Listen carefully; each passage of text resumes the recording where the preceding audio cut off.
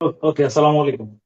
আমরা আজকে এসে থিমেটিক এসে করব, এসে এর উপরে আরো কাজ আছে, আমরা সামনে করব।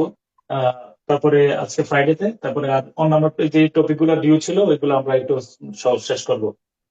তারপরে স্যাটারডে সানডে কালকে আমরা থিমেটিক কোশ্চেনটা ইয়ে করবো। Please don't miss the class, মানে কালকে ক্লাস মিস করো না। থিমেটিক কোশ্চেন দেখবা যে তোমার কাছে হালকা মনে হবে। আমি আবার বললাম, আহ, ধরো এখানে অনেক কিছু শিখিয়ে দেওয়ার সুযোগ নাই, কিন্তু এটা একটা স্ট্র্যাটেজি, স্ট্র্যাটেজি মেক করা, ঠিক আছে? তারপরে তাহলে এই স্যাটারডে সানডে এটা আমরা হলো থিমেটিক কোশ্চেন, আমরা কিভাবে ভালো করতেই হবে। থিমেটিক কোশ্চেন তুমি 45 মিনিটে করবা, মানে আমি আনসার করবো 45 মিনিটে, আবার যাই হোক ইনশাল্লাহ। তারপরে আমরা, তারপরে আগামী নেক্সট টুইসডেতে টুইসডেতে টুইসডেতে আমরা ইয়া গ্রামাটিক্যাল টপিক গুলো নিয়ে কথা বলবো। গ্রামাটিক্যাল টপিকস, ওকে? গ্রামারের কোন কোন টপিক গুলো নিয়ে আমরা কি কি আছে, কি কি পড়া উচিত, কোনটা বাসায় পড়বা, কোনটা আমি এখানে ট্রিটমেন্ট করা উচিত, এগুলো নিয়ে কথা বলবো। ডান? তাহলে গ্রামাটিক্যাল টপিক। তারপরে আগামী ইনশাআল্লাহ তাহলে আমাদের সবগুলো টপিকের উপরে টাচ করা হলো ইনশাআল্লাহ। তখন আমরা এরপরে আমরা আগামী স্যাটারডে মানে ফ্রাইডে থেকে আমরা কি করবো বলো? ফ্রাইডে থেকে ইনশাআল্লাহ ওই যে প্র্যাকটিস। ট্রান্সলেশন, রিট্রান্সলেশন এসে আমি একটা ফোকাস আমি ইয়ে করে দেবো। এগুলোর উপরে প্রত্যেকটা আমার চোখের সামনে তোমরা প্র্যাকটিস করবে, দ্রুত প্র্যাকটিস শুধু চলবে, হ্যাঁ? এবং আমি প্র্যাকটিস করানোর পর আবার বাসায় 1 ঘন্টা কাজ করার প্র্যাকটিস দিয়ে দেবো সবগুলো টপিকের উপরে। ওকে ইনশাআল্লাহ, বলো। ইনশাল্লাহ। ইনশাল্লাহ স্যার। Okay. ইনশাল্লাহ স্যার। স্যার একটা স্যার মানে জয়েনিং কথা স্যার, সেন্টেন্স কি মানে স্যার গ্রামার দিন হবে স্যার? হ্যাঁ, বুঝে নাকি? স্যার জয়েনিং সেন্টেন্স ওইটা কি আর গ্রামারের এই সাথে নেবেন? মঙ্গলবারে তোমার যা আছে সব তো জয়েনিং সেন্টেন্স, তো সবগুলোই আছে। কোথায় বলো? ওই যে গ্রামারের মধ্যে না, গ্রামারের 30 নম্বর যেটা, বুঝছো তো? স্যার একটা কথা স্যার, হুম। পরীক্ষা তো স্যার প্রায় কাছাকাছি আর কি। তো এখন স্যার মানে এই যে বিশেষ করে ইংলিশে একটু দুর্বলতা, বিশেষ করে আমার একটু দুর্বলতা আছে, মানে একটু ভয় হুম। ভয় লাগতেছে আর কি। তো হুম। এই কয়দিনে কি সম্ভব স্যার? মানে এই কয়দিনে বলতে যারা ভয় আমরা করতেছে না, যারা এগুলোর প্রথম কথা আমি বলি, যা দিচ্ছি আসলে দিচ্ছি সবার একটু ভয় লাগে। যেমন ধরো এসেটা, ধরো তোমার হাতের 5 হিসাবে, যদি আমি আবার বললাম যদি বাই চান্স দেখো যে তোমার কোনো ফ্রি হ্যান্ড রাইটিং আসছে না, লিখতে পারছো না, উন্মুক্ত অবারিত চিন্তায়, তখন তো খাতাটা ভরাট করে আসতে হবে। এবং মানে বিশুদ্ধ বাক্যে তুমি যা লিখছো তা সঠিক। কথা বলছো কেন, দূরে যে লিখছো কিন্তু যা লিখছো তাতে ভুল ধরতে পারতেছে না স্যার। এরপরে মাঝখানে যদি ডেটা কোনো প্রয়োগ করো, তাহলে ইনশাল্লাহ হয়ে যাবে। আমি ইমিডিয়েটলি ওই শিটটাও দিয়ে দিচ্ছি তোমারে। আমি এটার উপরে কাজ করতেছি, ফাইনালটা দিয়ে দেবো এই সপ্তাহের মধ্যে ইনশাল্লাহ। স্যার একটা কোশ্চেন ছিল। হ্যাঁ। স্যার এসে তো মিনিমাম 12 পেজ লিখতে হবে তাই না? 12 পেজ না, 12 পেজ তো লেখা সম্ভব হবে না। লম্বা খাতা হইলে 7-8 পেজ লিখতে স্যার পারবা। পিএইচডি খাতা এখন অনেক লম্বা লম্বা। খাতা লম্বা তো, ধরো অ্যাটলিস্ট 8 পেজ লিখবা, মানে 1200 শব্দ, 12 পেজ লিখতে বলিনি। 1200 শব্দ মানে 8 পৃষ্ঠার মধ্যে 1200 শব্দ হয়ে যায় যদি লম্বা খাতা হয়। এখন তোমার লেখার স্টাইলের উপরে নির্ভর করবে। আর স্যার যদি দুইটা এসে থাকে তাহলে তো মিনিমাম মানে 4 পেজ লিখলেই হবে না? 600 ওয়ার্ড করে হুম। হলে হ্যাঁ, হ্যাঁ, স্যার, দুইটা থাকলে যদি 600 ওয়ার্ড করে দুইটা হইলে। এরকম দুইটা ওয়ার্ড 600 করে আচ্ছা 1200। তো, আচ্ছা, এরপরে হ্যাঁ তোমার মানে আমি বলে রাখি, 4 পেজ। কয়েকটা রচনা এক্সক্লুসিভলি তুমি ভালো করে নোট করবাই। আমি আবার বললাম, এই যে যেই টপিক গুলাতে আমি একটু 30 সেকেন্ড আমি স্ক্রিন শেয়ার করতেছি, আর এই টপিক গুলোর উপরে তোমার আলাদা, মানে আমি আবার বললাম, তুমি যদি ভালো করতে চাও রচনায়, এই স্যার অংশটাতে ইংরেজি রচনায় ভালো রচনা কর। মানে স্যার বাংলা শিখতে হবে না স্যার? হ্যাঁ, হ্যাঁ, পরে ট্রান্সলেট করে দিয়ে দেবেন। তাও বাংলায় কাজে লাগাইতে পারবা। তারপর আমি দেখাচ্ছি একটু সময়। স্যার হাতের লেখা ছোট হলে চার ইংলিশ তো পাঁচ স্যার পেজে যদি এখনো বারোশো স্যার ওয়ার্ড মনে হয়ে রাখবেন। যায়। আমি বললাম ওয়ার্ড ইজ ইম্পর্টেন্ট। অনেক সময় অনেকের হাতে লেখা ছোট হয়, একটার মধ্যে 200 শব্দ, মানে 150 শব্দ হয়ে যাচ্ছে। তাহলে 6-7 পেজ এনাফ। মানে এখানে কোয়ান্টিটির চেয়ে স্যার এক কোয়ালিটিটা খুব পেজে স্যার গুরুত্বপূর্ণ। 100-র উপরে ওয়ার্ড ধরে স্যার, হুম। মিনিমাম 100 স্যার যেভাবে লিখ। মানে ওয়ার্ডের, এই জন্য ওয়ার্ডের কথাটা বললাম, শোনো। আচ্ছা, আমি একটু স্ক্রিন শেয়ার করতেছি।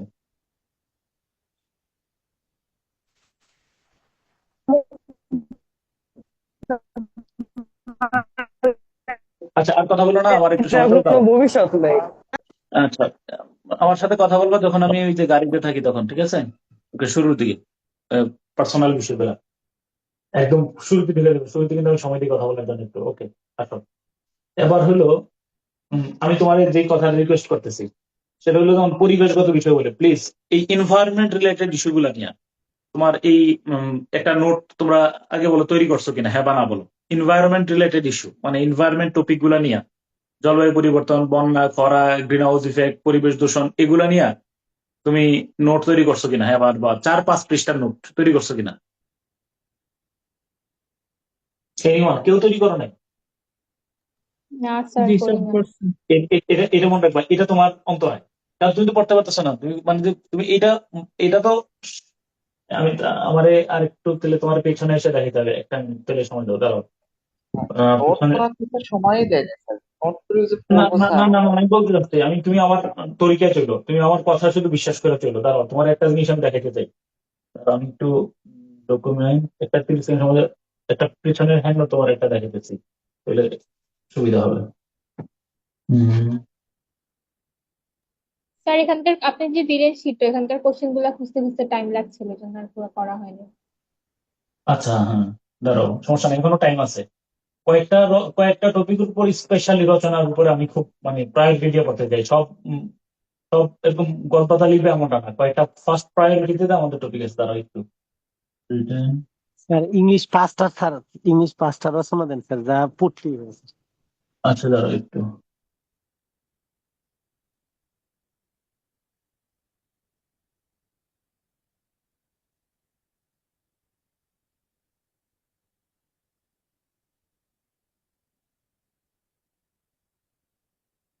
সমস্যা হলো সম্ভবত হ্যাঁ, একটু একটা এসেন্সিয়াল করে দেখাচ্ছি তোমার, ওই যে নমুনা, হ্যাঁ,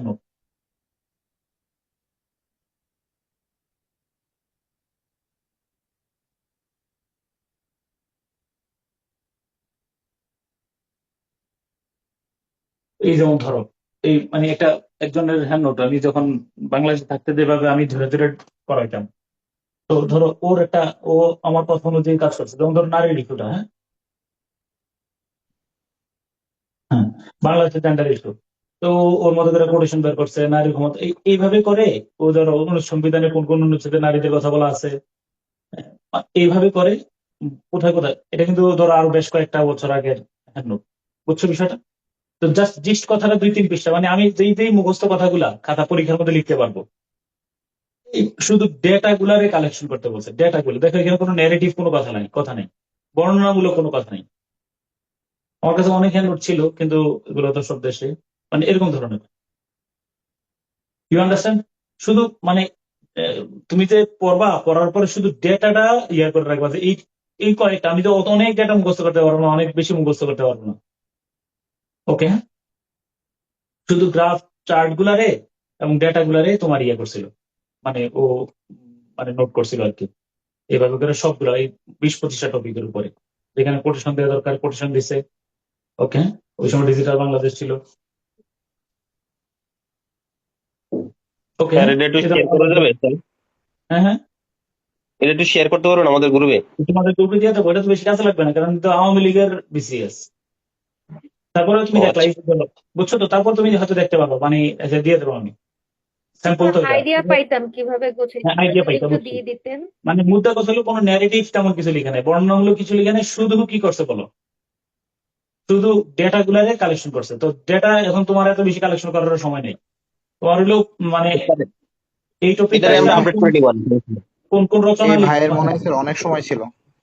হ্যাঁ, এটা না, কেন সময় ছিল না মানে কি, ওই সময় কতদিন সময় 1 বছর 5 মাস 6 মাস করে সময় ছিল না, তোমাদের তো সময় নাই, এটা হলো বড় বিষয়। জি স্যার, ওইটাই বলতেছি, মানে হ্যাঁ, তোমরা এনার হচ্ছে অনেক সময় ছিল আর কি। আমি আবার বললাম, যেমন ধরো আমি তোমার বলে রাখি, হ্যান্ড নোট করবা স্পেসিফিকলি অন্তত পক্ষে 5টা নোট হইলে তৈরি করবা, প্লিজ রিকোয়েস্ট। 1 নম্বর হলো পরিবেশগত বিষয়, আমি তোমার এটা বলে রাখি, রচনা যেহেতু কথা বলতেছি, তাহলে এনভায়রনমেন্ট ইস্যু তুমি একটু স্পেসিফিক 5টা আলোচনা আমরা মার্ক করি, ঠিক আছে? এনভায়রনমেন্ট ডান, হ্যাঁ শিওর, তুমি আগে লেখা রাখো, আমি এরপরে এনভায়রনমেন্ট রিলেটেড নোট গুলো তৈরি করবা, যেমন COP30, এরপরে নারী, নারী নিয়ে আমি 5টা বলতেছি, এনভায়রনমেন্ট, তারপর নারী। এখন তো স্যার শেখ হাসিনা নাই, নারী আসবেনি স্যার। নারী সবসময়, নারী তো বুঝো না, নারী এটা খুব গুরুত্বপূর্ণ হচ্ছে সবসময়ের জন্য। সেক্ষেত্রে না থাকলে কি, আমার মাকে কি বাদ দিতে পারবো, বোনকে বাদ দিতে পারবো? তারপরে হলো এসডিজি, এসডিজির উপরে এসডিজির ইয়াগুলা, হ্যাঁ তারপরে তুমি আহ তারপরে তুমি আহ এটার উপর স্পেশাল নোট তৈরি করলা। তারপরে উম 3টা গেল তাই না? 3টা। এরপরে যারা আমি বলতেছি প্রায়োরিটিতে বলতেছি। উম, স্যার ব্লু ইকোনমি আইসিটি। আমি বলি ব্লু ইকোনমির উপরেও একটা নোট তৈরি করে রাখো, কারণ ব্লু ইকোনমি ধরলে ব্লু ইকোনমি কিন্তু অনেকগুলো অনেকগুলো বিষয়ের মধ্যে টাচ করা যায়। স্যার এটা তো 46-এ আসছিল। এটা হ্যাঁ, তো আয়সা গেছে। আরে আসলে কি হয়েছে, এটা সবসময়ের জন্য গুরুত্বপূর্ণ ব্লু ইকোনমি। এরপরে তুমি রোহিঙ্গা। গুড গভর্নেন্স এবার হ্যাঁ, গুড গভর্নেন্স রচনা শিট করলেও চলবে। গুড গভর্নেন্স নিয়ে আচ্ছা বলতেছি, দাঁড়াও। এই পর্যটন নিয়েও তুমি একটা ইয়ে করে রেখো, পর্যটন নিয়েও ছোটখাটো নোট করে রেখো। আমি বলি দাঁড়াও, এগুলা পর্যটন। তারপরে বাংলাদেশের যে সাম্প্রতিক জন্য ভবিষ্যৎ চ্যালেঞ্জ, এই টপিক গুলার মধ্যে যেমন ধরো গণতন্ত্র রিলেটেড, গণতন্ত্র, নির্বাচন ব্যবস্থা সংস্কার, এই যে মানে এই যে জুলাই সনদ যে হলো না, জুলাই সনদ, এগুলোর উপরে এই স্পেসিফিক কিছু টপিকের উপরে তুমি অন্তত পক্ষে নোটটা তৈরি করবা। আমি বলি নোট তৈরি করার ক্ষেত্রে খেয়াল করো, নোট তৈরি করার ক্ষেত্রে কি করবা, ধরো পরিবেশ রিলেটেড ইস্যু গুলারে 3-4টা বই একসাথে নিয়ে আগে গো থ্রু পড়বা। আর কোনো তথ্য যদি নেয়ার মতো, মনে ধরো ডেটা আছে, পরিবেশ ইয়ার কারণে, খরার কারণে কত মেট্রিক টন মানে শস্য কম উৎপাদিত হবে, ওকে, এগুলা ইয়ে করবা। আমার কাছে মনে আরো একটা কাহিনী তোমার শেয়ার করি তোমারে। গত বছর কি হয়েছিল জানো, ওরা ধরো 3-4টা করে ভাগ করে নিছিল। নেয়ার পরে আমি এটা যদি পাই তোমার শেয়ার করব। 3-4টা করে ভাগ করে নেওয়ার পরে টেনশন করার দরকার নেই, বুঝছি আমার শীটের মধ্যে তো অনেক তথ্য আছে, চলবে আশা করি, নো রিস্ক, চিন্তা করো না, আমি দিতেছি। ওকে, বুঝছি তোমরা অন্য কাজ করো। হ্যাঁ, ঠিক আছে, তোমাদের কাজ নাই, বুঝছি, এটা আমি গোছাই দিচ্ছি। ওকে, এই সপ্তাহের মধ্যেই। মানে স্যার ডেটা আপনি গুছাই দিবেন? বুঝছি, আমি গোছাই দিচ্ছি, কারণ তোমাদের এখন আর সেই সময় নেই। হ্যাঁ, হুম, তাহলে আমরা বুঝছি বুঝছি, মানে টাইম নেই। ওকে, ওই এই অনুযায়ী কাজ করো, রচনা মুখস্থ করো, রচনাগুলো মুখস্থ করো, ওই যা যা দিলাম আর কি, এগুলোর উপর কমন বাক্যগুলো মুখস্থ করো, তারপরে বাকিটা ওইখান থেকে শিখতে নিও। আমি ইমিডিয়েটলি কাজ মানে আরো মানে ফার্স্ট টাইম করবো ইনশাল্লাহ। হ্যাঁ, ওকে, বুঝছি, তোমার কাজ নেই, তোমার নষ্ট করার লাভ নেই, তুমি তোমার কাজ করতে থাকো। ওকে, আচ্ছা, তারপরে হলো, ওকে, এবার আমাদের রচনার মধ্যে চলে আসো।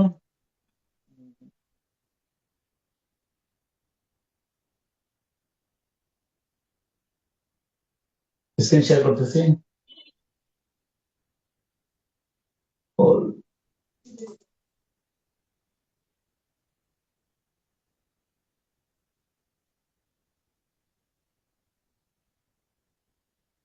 হুম,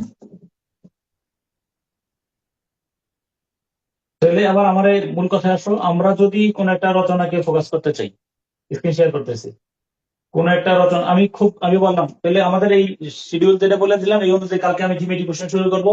আর এসে যেগুলো মুখস্থ করবা, এই যে অংশগুলো নোট করার মতো, নোটটা আমি ইমিডিয়েটলি দেওয়ার চেষ্টা করতেছি ইনশাআল্লাহ, আপডেট করে। ওকে, তো তোমাদের কাজ হলো আচ্ছা, এবার আমার বলো, এটাতে আর কোনো কোনো প্রবলেম আছে কিনা এই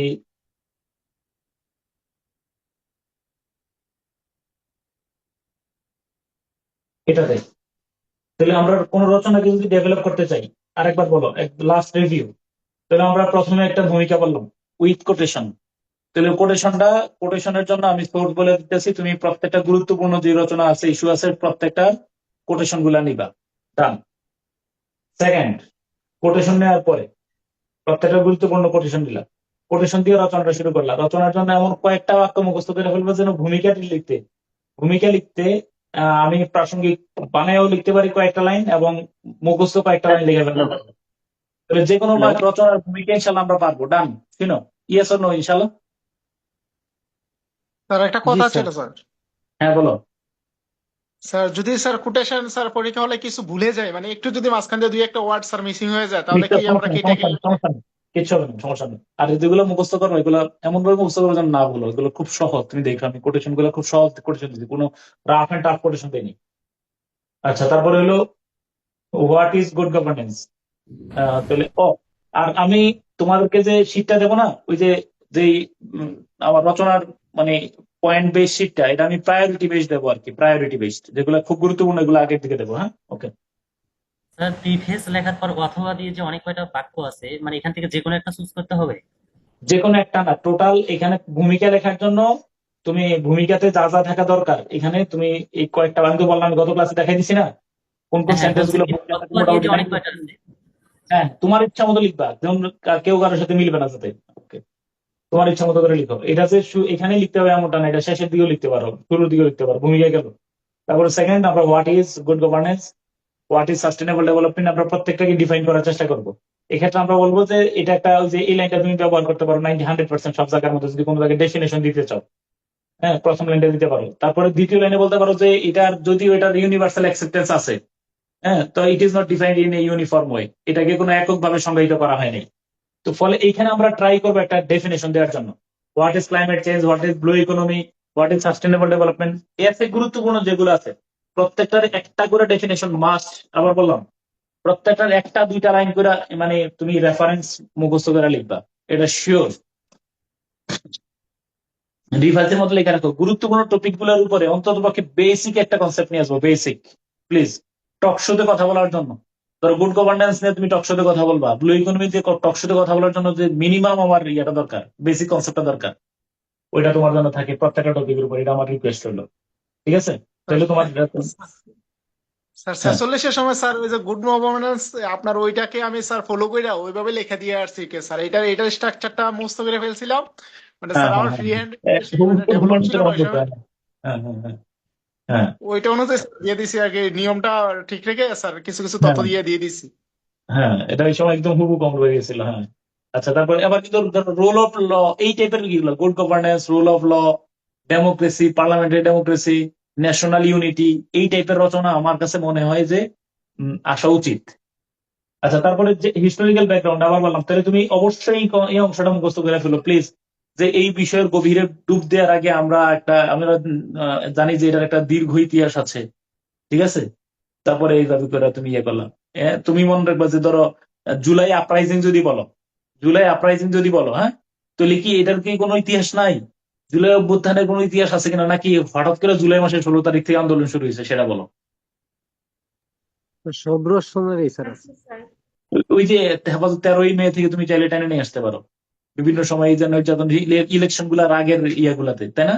গত 13 স্যার বছরে একটা 2018 তে প্রথম হয়েছিল স্যার হ্যাঁ কোটায়। হ্যাঁ হ্যাঁ, বহু নাম, শুধু কোটা আন্দোলন না, জুলাই পর্যন্ত ধরো তোমার ওই যে আমরা নির্বাচন তো স্যার 71-এর পরের ঘটনাও দুই একটা নিয়ে আসতে পারি স্যার, বহুত রাজনৈতিক বহুত যে 71 পরে আনা ইয়ে। লাগবে না, জুলাই আপরাইজিং গুলো তো গত গত ফেসিবাদী শাসন আমলের যে আর কি, বুঝছো না?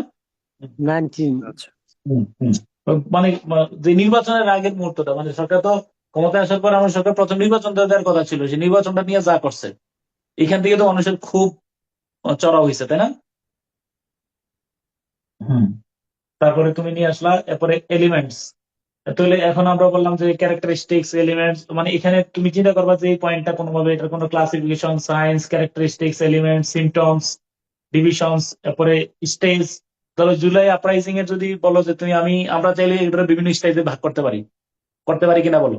তুমি, আমি আবার বললাম, তুমি বইয়ের কথা চিন্তা করো না, জুলাই আপরাইজিং এর প্রিলিমিনারি প্রাইমারি একটা স্টেজ ছিল কিনা সেটা বলো।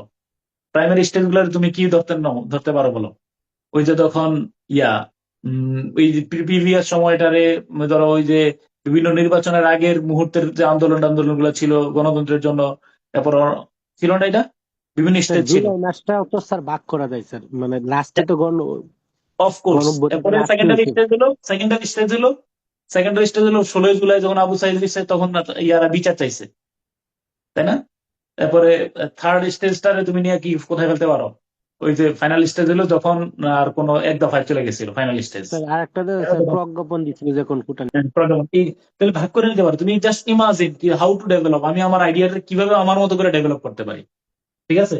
এগুলাতে তুমি এই সময় টুকটাক করে আনু মোহাম্মদ, তুমি এই যে জুলাইয়ের যে যারা আছে তোমার, যারা করছে, সলিমুল্লাহ খান, মানে যারা এইটার সাথে পজিটিভলি এঙ্গেজ ছিল, তাদের তুমি রেফারেন্স হিসাবে দিতে পারো। তুমি কথা বললে রেফারেন্স দিয়ে দিবা, সুন্দর করে লেখা। স্যার কিন্তু এগুলাকে ইংলিশে ট্রান্সলেট করাই তো চ্যালেঞ্জ। এই জন্য আমাদের রেগুলার সামনে, আমি আবার বললাম, আমি সামনে তোমার যা বাংলা চিন্তা করে দিতেছি তা ইংলিশে কথা নিয়ে আসবো। ওই যে ট্রান্সলেশনটা হাতে চালু। আমরা দেখে দেখে ট্রান্সলেশন করি, আর সামনে আরো প্র্যাকটিসের মাধ্যমে আমরা যা দেখি তাই অনুবাদ করার চেষ্টা করি, মানে তাই আমার মাথায় চলে আসতেছি। স্পোকেন ইংলিশটার মতো আর কি, যা তুমি কথাবার্তা যা বলে ইংলিশে বলার চেষ্টা করবা, তাহলে দেখবা যে মানে ফ্লুয়েন্সিটা বাড়বে। আচ্ছা, এরপরে আমরা বললাম প্রেজেন্ট সিচুয়েশনটা কেমন। তুমি যে কোনো দেখো যে প্রেজেন্ট সিচুয়েশনের মধ্যে কি, ধরো মানে সাস্টেনেবল ডেভেলপমেন্ট, ব্লু ইকোনমি, প্রত্যেকটারই প্রেজেন্ট সিচুয়েশন আমি বলি।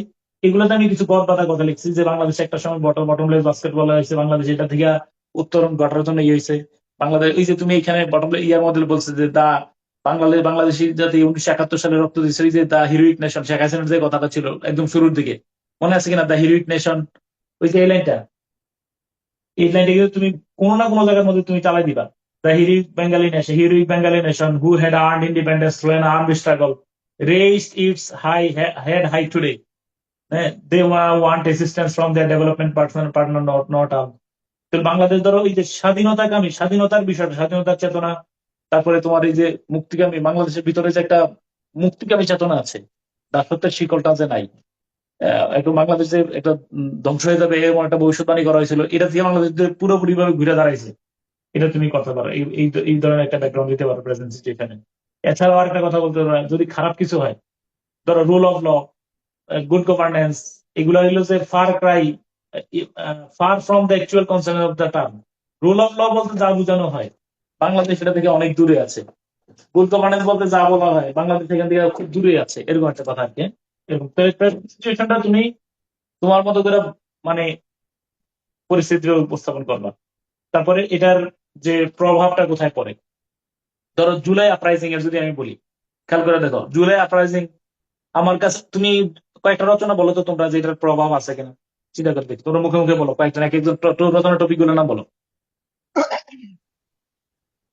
আমি বলি, ধরো পরিবেশ বিষয়, পরিবেশ হলো ধরো ক্লাইমেট চেঞ্জ, ন্যাচারাল ডিজাস্টার, এই রিলেটেড যা আছে, বন্যা, খরা, জলবায়ু, মানে এই তোমার এই সুনামি টুনামি যা আছে, প্রভাব আছে কিনা? আছে। নারীর ক্ষমতায়ন, নারী যদি ক্ষমতায়িত হয়, প্রভাব আছে কিনা? আছে। ব্লু ইকোনমির প্রভাব, ব্লু ইকোনমি বাংলাদেশের সাকসেস হয়, তাহলে প্রভাব আছে কিনা? আছে। তারপরে যদি পার্লামেন্টারি ডেমোক্রেসি ইফেক্টিভ হয়, প্রভাব আছে কিনা? আছে। কোন কোন খাতে প্রভাব আছে সেটা বলতে হবে আমার। তাহলে আমরা বলতে পারি যে আমরা প্রথমে একটু গদ বাঁধা কথা বলে নিবা, যে জুলাই নেগেটিভ পজিটিভ দুইটাই হতে পারে, দুইটাই হইতে পারে, ইনফ্লুয়েন্স থাকতে পারে, ইম্প্যাক্ট থাকতে পারে, ইফেক্ট থাকতে পারে, বুঝছো কিনা? ইফেক্ট, ইম্প্যাক্ট, এরকম আর কি। ইনফ্লুয়েন্স, ইম্পর্টেন্স, এগুলো থাকবে আর, বুঝছো বিষয়টা? ইম্প্যাক্টটা কি, প্রভাব নেগেটিভ ও পজিটিভ দুইটা থাকতে পারে, মাস থাকবে। তুমি চাইলে এখানে যে এই একটা চালাকি করবে, এই চালাকির ফজিলত হলো, তাহলে তোমার ইয়ে হলো, ধরো ইনফ্লুয়েন্স অফ জুলাই আপরাইজিং, খেয়াল করে দেখো, তুমি লিখে দিলে ইয়ার হতে হবে, তাহলে ভবিষ্যতে কোনো কেউ কি করতে পারবে না, দুর্নীতি করতে ভয় পেবে। এরপরে মানে অটোক্রেট হইতে কি করবে বলো, তার ভিতরে একটা ফিয়ার থাকবে। মানে বাংলাদেশের এরপরে তোমার এইভাবে করে চাঁদাবাজি, এরপরে কি বলে না, রুবারি, এই সমস্ত বিষয় যেগুলো আছে নেগেটিভ, এগুলো করতে মানুষ ইয়ে থাকবে। এবার মানে জনগণের অধিকার থাকবে। খেয়াল করো, এটা অনেকগুলো পজিটিভ নেগেটিভ দিক আছে, তাহলে তুমি এগুলো দিক লিখে ফেললা। এই যে এটা চালাকি কেন বললাম, খেয়াল করো, এটা যদি দাও তাহলে তোমার পৃষ্ঠার ল্যান্ডটা বাড়ে কিনা সেটা বলো। স্যার একটা কথা ছিল স্যার, এগুলা কি স্যার আমরা কি রিকমেন্ডেশনে দেবো নাকি স্যার ইনফ্লুয়েন্সে দেবো এগুলা? আমরা তো রিকমেন্ডেশন বলতেছি না এখন, আমরা বলতেছি আগে বলো এইটা যদি আমরা নারীর ক্ষমতায়িত হয়, নারীর ক্ষমতায়ন হয়, নারীর ক্ষমতায়ন যদি হয় তাহলে কি হয়, মানবাধিকার রক্ষা হচ্ছে, এরপরে দেশের উন্নয়ন ঘটবে, এরপরে কি বলো তোমার শিল্প ক্ষেত্রে ইয়ে হবে, বাংলাদেশের পোশাক শিল্পে আরো সমৃদ্ধ হবে, তাই না বলো? মানে একটার প্রভাব কিন্তু চারিদিকে পড়তেছে, কোথায় কোথায় তোমার প্রভাব পড়তেছে সেটা আমি বলতেছি। এই ধরো আলাদা করে দিব। হ্যাঁ হ্যাঁ, নেগেটিভ পজিটিভ ইফেক্ট গুলোকে, ইম্প্যাক্ট গুলো আলাদা করে দিব। নেগেটিভ পজিটিভ দুইটাই থাকে। ধরো ইন্টারনেটে, তাহলে ইফেক্ট কি গুলো বলে, ধরো ডিজিটালাইজেশনের ইয়েগুলা কি কি, মুক্ত অর্থনীতি, ফ্রি ইকোনমির প্রভাব, নেগেটিভ ইম্প্যাক্ট, পজিটিভ ইম্প্যাক্ট, এটা লিখে দিব। তুমি এভাবে হ্যাঁ দুই পাশে দুইটা টাইম লিখতে পারো, কোনো সমস্যা নাই। নেগেটিভ তোমার ডায়াগ্রামটা তোমার কাছে কাজ আর কি। মানে হাউএভার আমরা প্রত্যেকটা ইস্যুর একটা প্রভাব সমাজের মধ্যে, খেয়াল করে রাখো, আমি বলছি একটা কল্যাণ রাষ্ট্রের মধ্যে, in a modern wellbeing state, the significance, এটা ইমেজারেবল। এটা এই ধরনের এই একটা মানে এই ধরনের আপরাইজিং এর যখন একটা অভ্যুত্থান হয়, পুরো সমাজ পরিবর্তিত হয়, ওয়েলবিং স্টেটের মধ্যে। তাহলে ঠিক আছে, এরা ওই যে তোমার কি বলো তোমার ওয়েস্ট উইন্ড পড়ছো কিনা? ওয়েস্ট উইন্ড কেউ পড়ছো? Ode to the west wind কেউ পড়ছো কিনা সেটা বলো। Ode to the west wind জি স্যার। কার লেখা? পিবি শেলির লেখা। পিবি শেলির ওট টু দ্য ওয়েস্ট উইন্ডের মধ্যে কবি বলছেন, O lift me as wave, a cloud, a leaf, I fall upon the thorn, I I এই যে থর্নস অফ লাইফ, এরকম ধরনের, আমি আমার জীবন দ্বারা কণ্টকাকীর্ণ। July I uprising bleed. যদি লিখো, কারো যদি ওই কবিতা মুখস্থ থাকে, কেউ কি শোনো নাই? ওয়েস্ট, আরে তোর দা কি কবিতার নাম? West wind. ওয়েস্ট উইন্ডের কবিতা শোনো নাই? নাম শুনছি ওট টু স্যার, দ্য ওয়েস্ট, কিন্তু ওট টু দা ওয়েস্ট ওয়াইন। হ্যাঁ, ওট টু দ্য ওয়েস্ট উইন্ড। এই যে পশ্চিমা সমীরণ, দ্বারা আমি তোমারে বলি, এই যে কবি, এই তোমার যদি জুলাই আপরাইজিং আসে, আমার হঠাৎ করে মনে পড়ছে আর কি, যখন তোমার বলতেছি, আমি নিশ্চয়ই এটা দিয়ে শুরু করবো। এই যে, O lift me as wave, a leaf, a cloud, I fall upon the thorns of life. এই কারণ এখানে জুলাই, ওইখানেও তিনি আপরাইজিং এর কথা বলছিলেন, জানো? বলছে যে, ও পশ্চিমা বায়ু আসো, পুরো সমাজটার ভাঙিয়া ফেল। তো বলছে যা যারা জরাজীর্ণ, যা ইয়া, তারা ভেঙে তুলে নতুন করে সমাজ ইয়ে করে। এই ধরনের আপরাইজিং এর মাধ্যমে নতুন নতুন সমাজ বিনির্মিত হয়, নতুন মানুষের মুক্ত চিন্তার সুযোগ থাকে, তাই না? মন খুলে কথা বলতে পারতেছে, মন অভিমত প্রকাশ করতেছে, ফ্রিডম অফ এক্সপ্রেশন, তাই না? এরকম ধরনের। এরপর তুমি এরকম আর কি। আবার ধরো এই যে তুমি চিন্তা করবা, তুমি এই জীবনে যত কোটেশন মুখস্থ করছো, এটা তুমি লাগাই দিবা। তো তুমি তুমি রচনার মধ্যে চাইবেই যে if winter comes can spring be far behind, এটা রচনা শেষে দিয়ে দিতে পারো, যে অনেক কালো মেঘ আছে কিন্তু আমরা আশাকে নিয়ে থাকতে চাই, বাংলাদেশ একটা সময় এটা জাগাবে। কেন তুমি তোমার কি এই কোটেশনটা মুখস্থ নাই? If winter comes can spring be far behind, আছে কিনা বলো? তাহলে তুমি কি বলতে পারো না যে আমরা টিভি সেই কথাটাই আমি আশাবাদের সাথে আবার ব্যক্ত করতে চাই, ইফ উইন্টার কামস? এই কোন জায়গার কথা কোন জায়গার মধ্যে লাগাইবা? তোমার জীবনের যত কোটেশন আছে, কোন দিক দিয়ে এটা ফিল্টার করে তুমি রচনার মধ্যে বসানোর চেষ্টা করবা। রচনার মধ্যে রচনার একটা শিল্পকর্মগুলো উদ্ধৃতি দেয়া। ধরো তুমি যদি এই যে এগুলার যদি কোরিলেট করতে পারো, তাহলে দেখবা যে ইয়ে হয়ে যাবে। ঠিক আছে, মানে মানে আরো বেশি প্রাসঙ্গিক হবে। হাজার শত শত তুমি অনেক লিটারেচারের মধ্যে অনেক কিছু পড়ছো, যেগুলো অনেক কোটেশন পড়ছো, যেগুলো কোরিলেট করে জ্ঞান এখানে দেখা দিবা, কারণ আমাদের সময় নাই। পূর্বে স্যার অর্জিত জ্ঞান যতভাবে এখানে কাজে লাগানো যায়, শোনো, পূর্বে অর্জিত জ্ঞান যতভাবে আমি এই ইয়ার মধ্যে কাজে লাগাইতে পারি, এটা তুমি ফিল্টার করো, মানে যেহেতু আমার প্রিপারেশন বেশি সময় নাই। ওকে, আসো। তারপরে একটা বললাম কথা কি, ছিল স্যার। স্যার, হুম, বলো। স্যার আমরা এখন তো স্যার জুলাই সনদের ব্যাপারে কি স্যার আমরা পড়বো? অনেকে বলতেছে জুলাই সনদ প্রশ্ন তো অনেক আগে হয়ে যায় স্যার। তো জুলাই সনদ তো কয়দিন আগে স্যার এটা ইয়ে হয়েছে, তো এখন না, কি এটা তারপরে তুমি একটা বর্তমানের জন্য? ধারণা নিয়ে রাখো, প্রশ্ন আগে হয়ে গেলেও, আমি বলি প্রশ্ন আগে হয়ে গেলেও অত আগে তো আর হয় নাই। তোমার যখন প্রিলিমিনারি হয়েছে তখনও জুলাই সনদ নিয়ে কথা চলতেছে, বুঝছো না?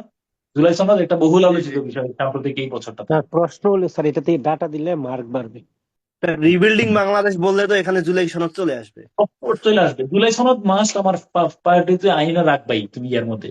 তাহলে মানে, তাহলে তোমরা আমার কি এই কথা বুঝছো যে আমার রচনা আল্লাহ যেহেতু যাই আসুক, রেমিটেন্স থেকে শুরু করে যা আসুক, এটার একটা প্রভাব আমি আলোচনা করতে পারি, এই চিন্তাটা তুমি করে করবা। যেমন ধরো আমি একটা নমুনা দেখাইছি এখানে, দেখো, effects of corruption in economy. তাহলে কি, ডিক্রিজ, তুমি ফ্রেজ আকারে দিবে, ডিক্রিজ ইন ফরেন ইনভেস্টমেন্ট, এরপরে delay in growth, lack of development, এটা হলো, হ্যাঁ। এইভাবে করে তুমি কি করলা, তুমি 5-7টা এই ছকের মাধ্যমে আমার ল্যান্ডটা বেরো যাবে। ওই তুমি যদি ইয়ার লিখবাই, 1 2 3 4 দিয়ে লিখবাই, তো পার একটা ডায়াগ্রাম এঁকে দিবা, চার্ট এঁকে দিবা, গ্রাফ এঁকে দিবা, তাহলে আমার পৃষ্ঠাটা বেড়ে গেল, দেখতেও সুন্দর লাগলো। ঠিক আছে, ডান। তারপরে কান্ট্রিজ রিপ্রেজেন্টিং গুড গভর্নেন্স, তাহলে তুমি এখানে বলবা যে এরকম ধরনের আপরাইজিং হয়েছে কি শ্রীলঙ্কার মধ্যে হয়েছে বা ইয়ার মধ্যে হয়েছে, ঠিক আছে কিনা, কোন কোন দেশগুলা। আর না, we will mention the name of some countries, এরকম কিছু কিছু দৃষ্টান্ত আমরা ওখানে উপস্থাপন করবা, তুমি ট্রাই করবা এটার মধ্যে। ওকে, হাওয়েভার, তো তো তুমি যত কথাই বলো, এই লাইনটা তুমি, আমি তোমার একটা রিকোয়েস্ট করে রাখলাম, এটা তুমি মুখস্থ করবাই, এই অংশটা 100%। কারণ এই লাইনটা 30 সেকেন্ড লিখে ফেলবা, যে despite the continuing efforts of Bangladesh to enhance the quality of governance in the country, Bangladesh সরকারের এই জুলাই সনদ বাস্তবায়নের ক্ষেত্রে অব্যাহত চেষ্টা সত্ত্বেও এরপরে কি বলে না তোমার পার্লামেন্টকে ইফেক্টিভ করার ইফেক্টিভ করা, আইনের শাসন বাস্তবায়ন করা, নারীর ক্ষমতায়ন করা, শিশু মৃত্যুর হার কমানো, চাইল্ড লেবার দূর করা, টেরোরিজম থেকে বাংলাদেশকে মুক্ত রাখা, এগুলোর ক্ষেত্রে বাংলাদেশ সরকারের অব্যাহত চেষ্টা থাকা সত্ত্বেও এটি কাঠামোগত উভয় দিক থেকেই নানাবিধ জটিলতা এবং অপর্যাপ্ততায় ভুগছে। Very nice sentence. দেখো, এই একটা চমৎকার বাক্য লেখা তুমি ভিতরে পয়েন্ট আকারে ছোট ছোট করে লিখবা। যেমন ধরো করাপশনের কথা বলো, গুড গভর্নেন্স কথা বলো, সাস্টেনেবল ডেভেলপমেন্টের কথা বলো, যত কিছু বলো, বেসিক কিছু ব্যারিয়ার বা কজ আছে। একটা ওভার পপুলেশন, তাই না বলো? তো ওভার পপুলেশন, তুমি প্লাস ওভার পপুলেশন, এত বেশি জনসংখ্যা থাকলে আসলে বেশি এটা খুব টাফ একটা ইয়ার জন্য। এরপরে যেমন এখানে আমি কিন্তু কোটেশন দিচ্ছি যে over optimum population is a Ben, over population is a বোন। তাহলে ফলে এটা একটা ওয়ে। এরপরে ওয়াইড রেঞ্জ অফ করাপশন। তুমি প্লিজ আচ্ছা বলো, তুমি কি কাজ করবা আমি বলি, ফিল্টারটা কিভাবে করবা। যেমন ধরো নারীর ক্ষমতায়ন না, নারীর ক্ষমতায়নের পিছনে প্রতিবন্ধকতা কি কি বলো। এখানে আমরা প্রতিবন্ধকতা হলো, যেমন ধরো একটা ওভার পপুলেশন তুমি দিতে পারো, এটা মাইনর কজ। খেয়াল করে দেখো, তুমি দেখো, ফিল্টার করো, মনে রেখো আমি একদম বলতেছি নারী ক্ষমতায়ন। তারপরে করাপশনের ক্ষেত্রে ওয়াইড রেঞ্জ অফ করাপশন, এগুলো নারী ক্ষমতায়নের পিছনে ইয়ে আসে না। কনফ্রন্টেশন পলিটিক্স আমি আনতে চাই না। ল্যাক অফ স্ট্রেংথ সিভিল সোসাইটিরা মানে নারীর ক্ষমতায়নের ব্যাপারে আরো সোচ্চার ভূমিকা পালন করার কথা ছিল। এই একটা পয়েন্ট আসে মিলে, খেয়াল করে দেখো। তারপরে inefficiency of bureaucracy, under developed human resources বলো, এটা ইয়েস অর নো বলো। আনস্কিল ম্যান পাওয়ার, ধরো আমাদের নারীরা কি হচ্ছে বলো, পড়াশোনার মধ্যে নাই, ফলে হইতেছে না, মানে আনস্কিল থেকে দিতেছে বলে ক্ষমতায়িত হচ্ছে না, এই পয়েন্ট হইতেছে। তারপরে নেপোটিজম বাদ দিলাম এখানে, improper non observance of the rule of law, আইনের শাসন অবমাননা, এটাও তুমি মিলে দিতে পারবা। Lack of proper education system, sure বলো, প্রপার এডুকেশন সিস্টেম, উচ্চ শিক্ষার ক্ষেত্রে নারীদেরকে যদি আরো করতো, প্রমোট করতো। হ্যাঁ, খেয়াল করে দেখো, উচ্চ শিক্ষার ক্ষেত্রে এরপরে এখানে শিক্ষাগত একটা বৈষম্য আছে, এটা যদি সবার ক্ষেত্রে মানে ইয়াটা প্রযোজ্য, কিসের ক্ষেত্রে বলো, সবার ক্ষেত্রেই, নারী পুরুষ সবার ক্ষেত্রে ল্যাক অফ প্রপার এডুকেশন সিস্টেমটা প্রযোজ্য। কিন্তু তারপরেও তোমার কি ধরো আমাদের মেয়েরা শিক্ষা ক্ষেত্রে অবশ্যই এখন এটা হয়েছে, এটা একটা প্লাস পয়েন্ট আছে, কি বলো, এটা সুপারিশের মধ্যে যেহেতু আমরা ইনিশিয়েটিভের মধ্যে নিয়ে আসতে পারবো। কি সরকার অনেকগুলো উদ্যোগ নিয়েছিল, কিসের ক্ষেত্রে বলো, কিসের ক্ষেত্রে নিছে বলো, মানে নারীর ক্ষমতায়নের পেছনে বা নারীর শিক্ষার পেছনে অনেকগুলো উদ্যোগ নিছে না? এই যে প্রাথমিক মাধ্যমিক পর্যন্ত উপবৃত্তি বিভিন্ন কিছু পদক্ষেপ চালু করছে না বলো, কোটা দিয়ে দিচ্ছে, এরকম ধরনের। এরপর আসো, এরপর বাউন্ডলেস প্রপার্টি। এবার বলো, এটা নারী ক্ষমতায়নের পিছনে অন্তরায় কিনা। একটা পরিবারের মধ্যে যদি একটা ছেলে একটা মেয়ে থাকে, তার বাবা যদি ধরো দরিদ্র, তখন কারে বেশি পড়াইতে চায় সেটা বলো, ছেলের বেশি পড়াইতে চায়। 4 নম্বর পয়েন্ট, খেয়াল করে দেখো। এরপরে আনএমপ্লয়মেন্ট প্রবলেম, ফলে নারীরা দেখো যে কি বিয়ে হয়ে যাচ্ছে, পড়াশোনা করতেছে না, এটা তার ক্ষমতায়নের পিছনে অন্তরায় কিনা সেটা বলো। জি স্যার। আচ্ছা, জি তারপরে স্যার। কি, এরপর আসো টেকনোলজিক্যাল গ্যাপ, শিওর। তাহলে ফলে দেখবো যে অনেক সময় যখন নারীদের প্রযুক্তিতে ছেলেরা যতটুকু সুযোগ সুবিধা পাচ্ছে অবারিত ভাবে, নারীরা ধরো ঘরের মধ্যে থেকে বা ইয়ার মধ্যে থেকে নারীদের জন্য অপেক্ষাকৃত, কি বলো, কাজ চাইলে সে বের হয়ে দিতে পারতেছে না। গ্রামের মধ্যে একটা ছেলে শহরে সাইকেল চালা ফেলে চলে যেতে পারতেছে, কিন্তু নারীরা কি সেটা পাচ্ছে না। ওকে, এরপরে হলো নেগেটিভ অ্যাটিটিউড, সেটা বলো 100% কাজে লাগবে কিনা বলো, নারী ক্ষমতায়নের পিছনে নেগেটিভ অ্যাটিটিউড আছে কিনা বলো, জি স্যার। মারাত্মক ব্যাপার। এরপরে lack of improper use of resources, তাহলে খেয়াল করে দেখো, এখানে পুরুষের জন্য যে পরিমাণ অপরচুনিটি গুলো আছে, নারীদের জন্য ধরো তুমি কাজ করতে চাইবা, একজন পরিবেশ নারীদের জন্য বলো যে তুমি গেলে না, ধরো আমি বলি গার্মেন্টস এ কাজ করতে দিচ্ছে না, বলছো এখানে নামাজ পড়ার জায়গা নেই, তাই না? খেয়াল করে দেখো, তাহলে কি বলো, ইমপ্রপার ইউজ অফ রিসোর্সেস, মানে নারী পুরুষের জন্য সমানভাবে যেই প্রাপ্যটা, এটা এখন শতভাগ নিশ্চিত হয় নাই। এগুলো ক্ষমতায়ন, যদিও বাংলাদেশে অনেক ক্ষমতায়ন চলে আসছে অলমোস্ট। এরপরে এছাড়াও দেখো, lack of moral education, counselling, weak infrastructure, কোনটা তুমি করবা, এই প্রতিবন্ধক মানে ফিল্টার করবা, ফিল্টার, আন্ডারস্ট্যান্ড। তুমি এই সবগুলো অনেকগুলো কারণ বা প্রতিবন্ধকতা মুখস্থ করে ফেলবা, তারপরে তোমার অটো ফিল্টারিং আসবে, অটো ফিল্টারিং, যে এটার পেছনে প্রতিবন্ধকতা কিগুলা কি কি। তারপরে ধরো আমি আবার বললাম রুল অফ ল 100%, অথবা ন্যাশনাল, তোমার ন্যাশনাল ইউনিটি বা রুল অফ ল এই বছরের জন্য আমরা মানে ফার্স্ট প্রায়োরিটি রাখতে পারি। ইয়েস অর নো বলো? Rule of law, national unity, জি এর স্যার। পেছনে প্রতিবন্ধকতা, রুল অফ ল এর পেছনে অন্যতম প্রতিবন্ধকতা ওভার ওভার পপুলেশন। সত্য কথা, এত বেশি জনগণ মানে সামলে উঠতে হবে ছোট করে। রুল অফ ল এর পিছনে, আইনের শাসনের পিছনে এই যে ওয়াইড রেঞ্জ অফ করাপশন যাইতেছে, ধুমাইয়া জামিন দিয়ে ফেলতেছে, মানে ইয়ে করতে পারতেছে, তাই না? কনফ্রন্টেশনাল পলিটিক্স, এটা রুল অফ ল এর পিছনে অনেক বড় প্রতিবন্ধকতা, হ্যাঁ বা না বলো? ন্যাশনাল ইউনিটির পিছনে প্রতিবন্ধকতা, জি ইয়েস অর স্যার। নো? তাহলে তোমার কাজ হলো, প্লিজ আমার খেয়াল করবে দেখো, তুমি আরো বই পড়বা।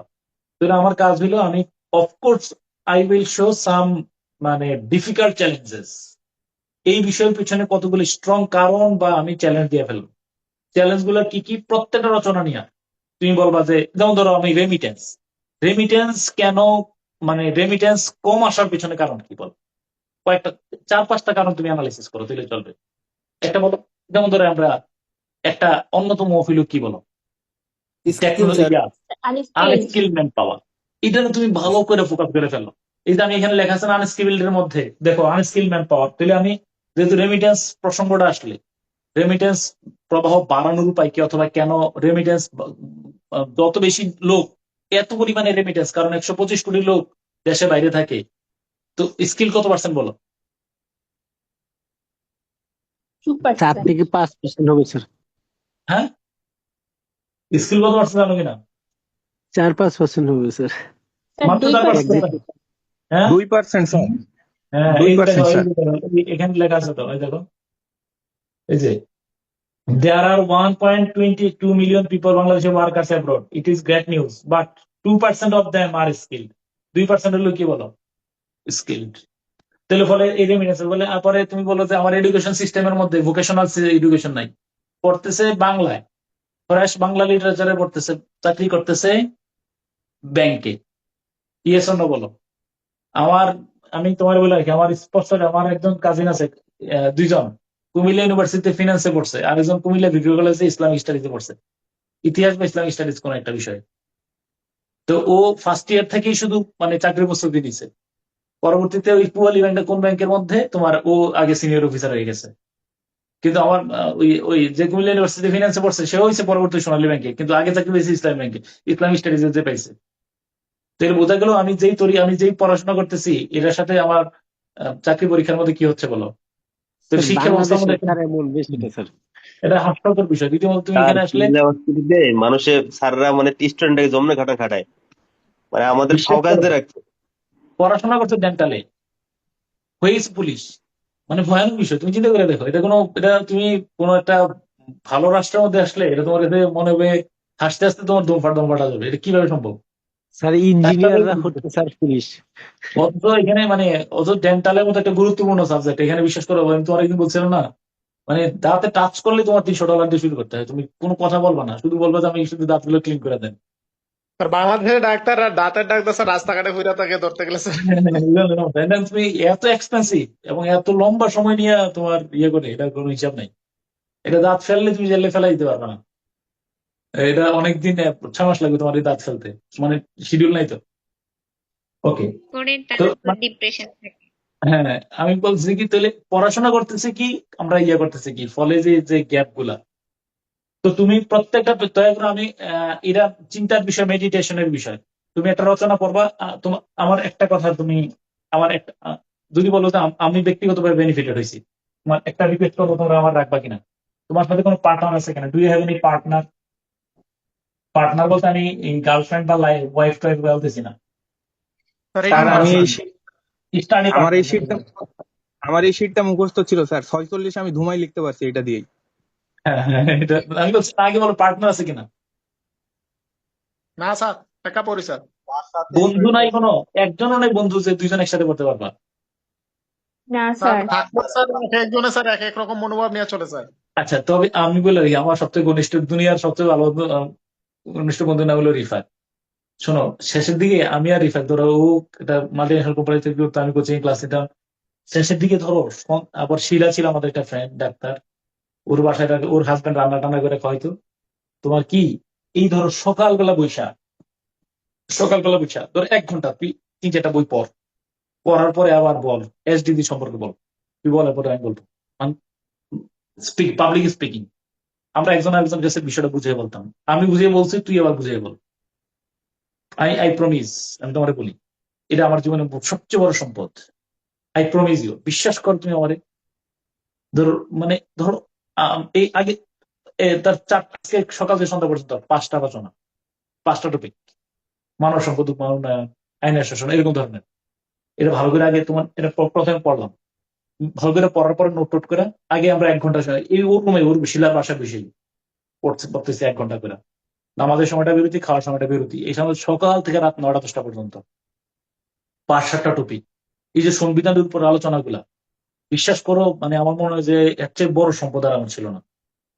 তো আমি পয়রা ওরা বুঝাইতেছি, ও আমার বুঝাইতেছে ওর মতো করে, এরপর বুঝাইতেছে। এরা ওই যে reading makes a full man, conference a ready man, writing an exact man. মনে রাখবা।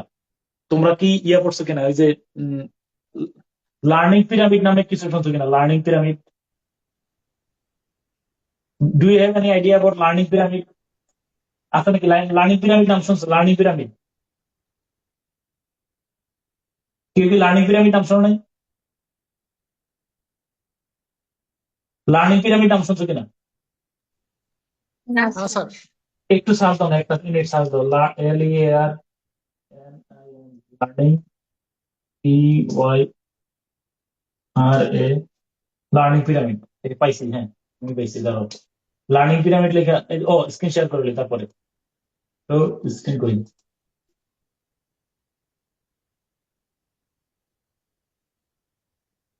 এই যে লার্নিং পিরামিড দেখো,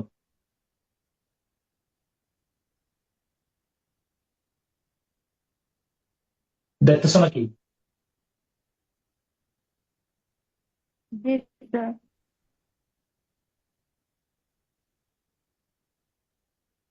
এই যে লেকচার, তুমি যে বই মানে আমার লেকচার শুনতেছো আর এই যে গুনগুন করে পড়তেছো, এগুলার ফজিলত কত পার্সেন্ট হইতেছে বল? 5%। 5% আর 10%, 15% হইতেছে। এই জন্য কিছু হইতে পারছে না। হ্যাঁ, বিশ্বাস করো, teaching others, practice by doing, discussion, group discussion, এগুলোতে 50%। বাট টিচিং আদার্স, তুমি যদি কারুরে বলো আমি তোমার ক্লাইমেট চেঞ্জের উপরে 15 মিনিট কথা শোনাবো, তোমার বুঝাইয়া বলবো যে ক্লাইমেট চেঞ্জের ফলাফলটা এটা। তুমি যদি বলো, আমার শুধু প্রমিস করে বলো, কোন এক বন্ধুর সাথে তুমি বলবা যে এই শোনো, পরিবেশ দূষণের কারণ কি, শোনো পরিবেশ দূষণের কারণ হলো এগুলা, একজন কি বলতে পারবো মানে 30 সেকেন্ডে পরিবেশ দূষণের কারণ, কজেস অফ এই পরিবেশ দূষণ? কারণ জানা নেই, কোনো কারণ জানা নেই? আছে স্যার। বলো মানে 30 সেকেন্ডে বল। স্যার অতিরিক্ত জনসংখ্যা, প্লাস হ্যাঁ, কলকারখানার বজ্র, প্লাস ক্লাইমেট হ্যাঁ, চেঞ্জ, হ্যাঁ, তারপরে হতে পারে বৃক্ষ নিধনের যে বিষয়টা। হ্যাঁ, বৃক্ষ নিধন। এবার হলো দাঁড়াও 30 সেকেন্ড, এবার বলো কেমন বৃক্ষ নিধন হয়, কি পরিমাণ হয় বলো, মানে দূষণ হয়। যে টপিক গুলো তুমি বলতেছো এটার সাথে একটা একটা করে ডেটা দিবা। দেখো বলতে পারতেছো না, কারণ তুমি পড়ছো, বলতে পারতেছো না।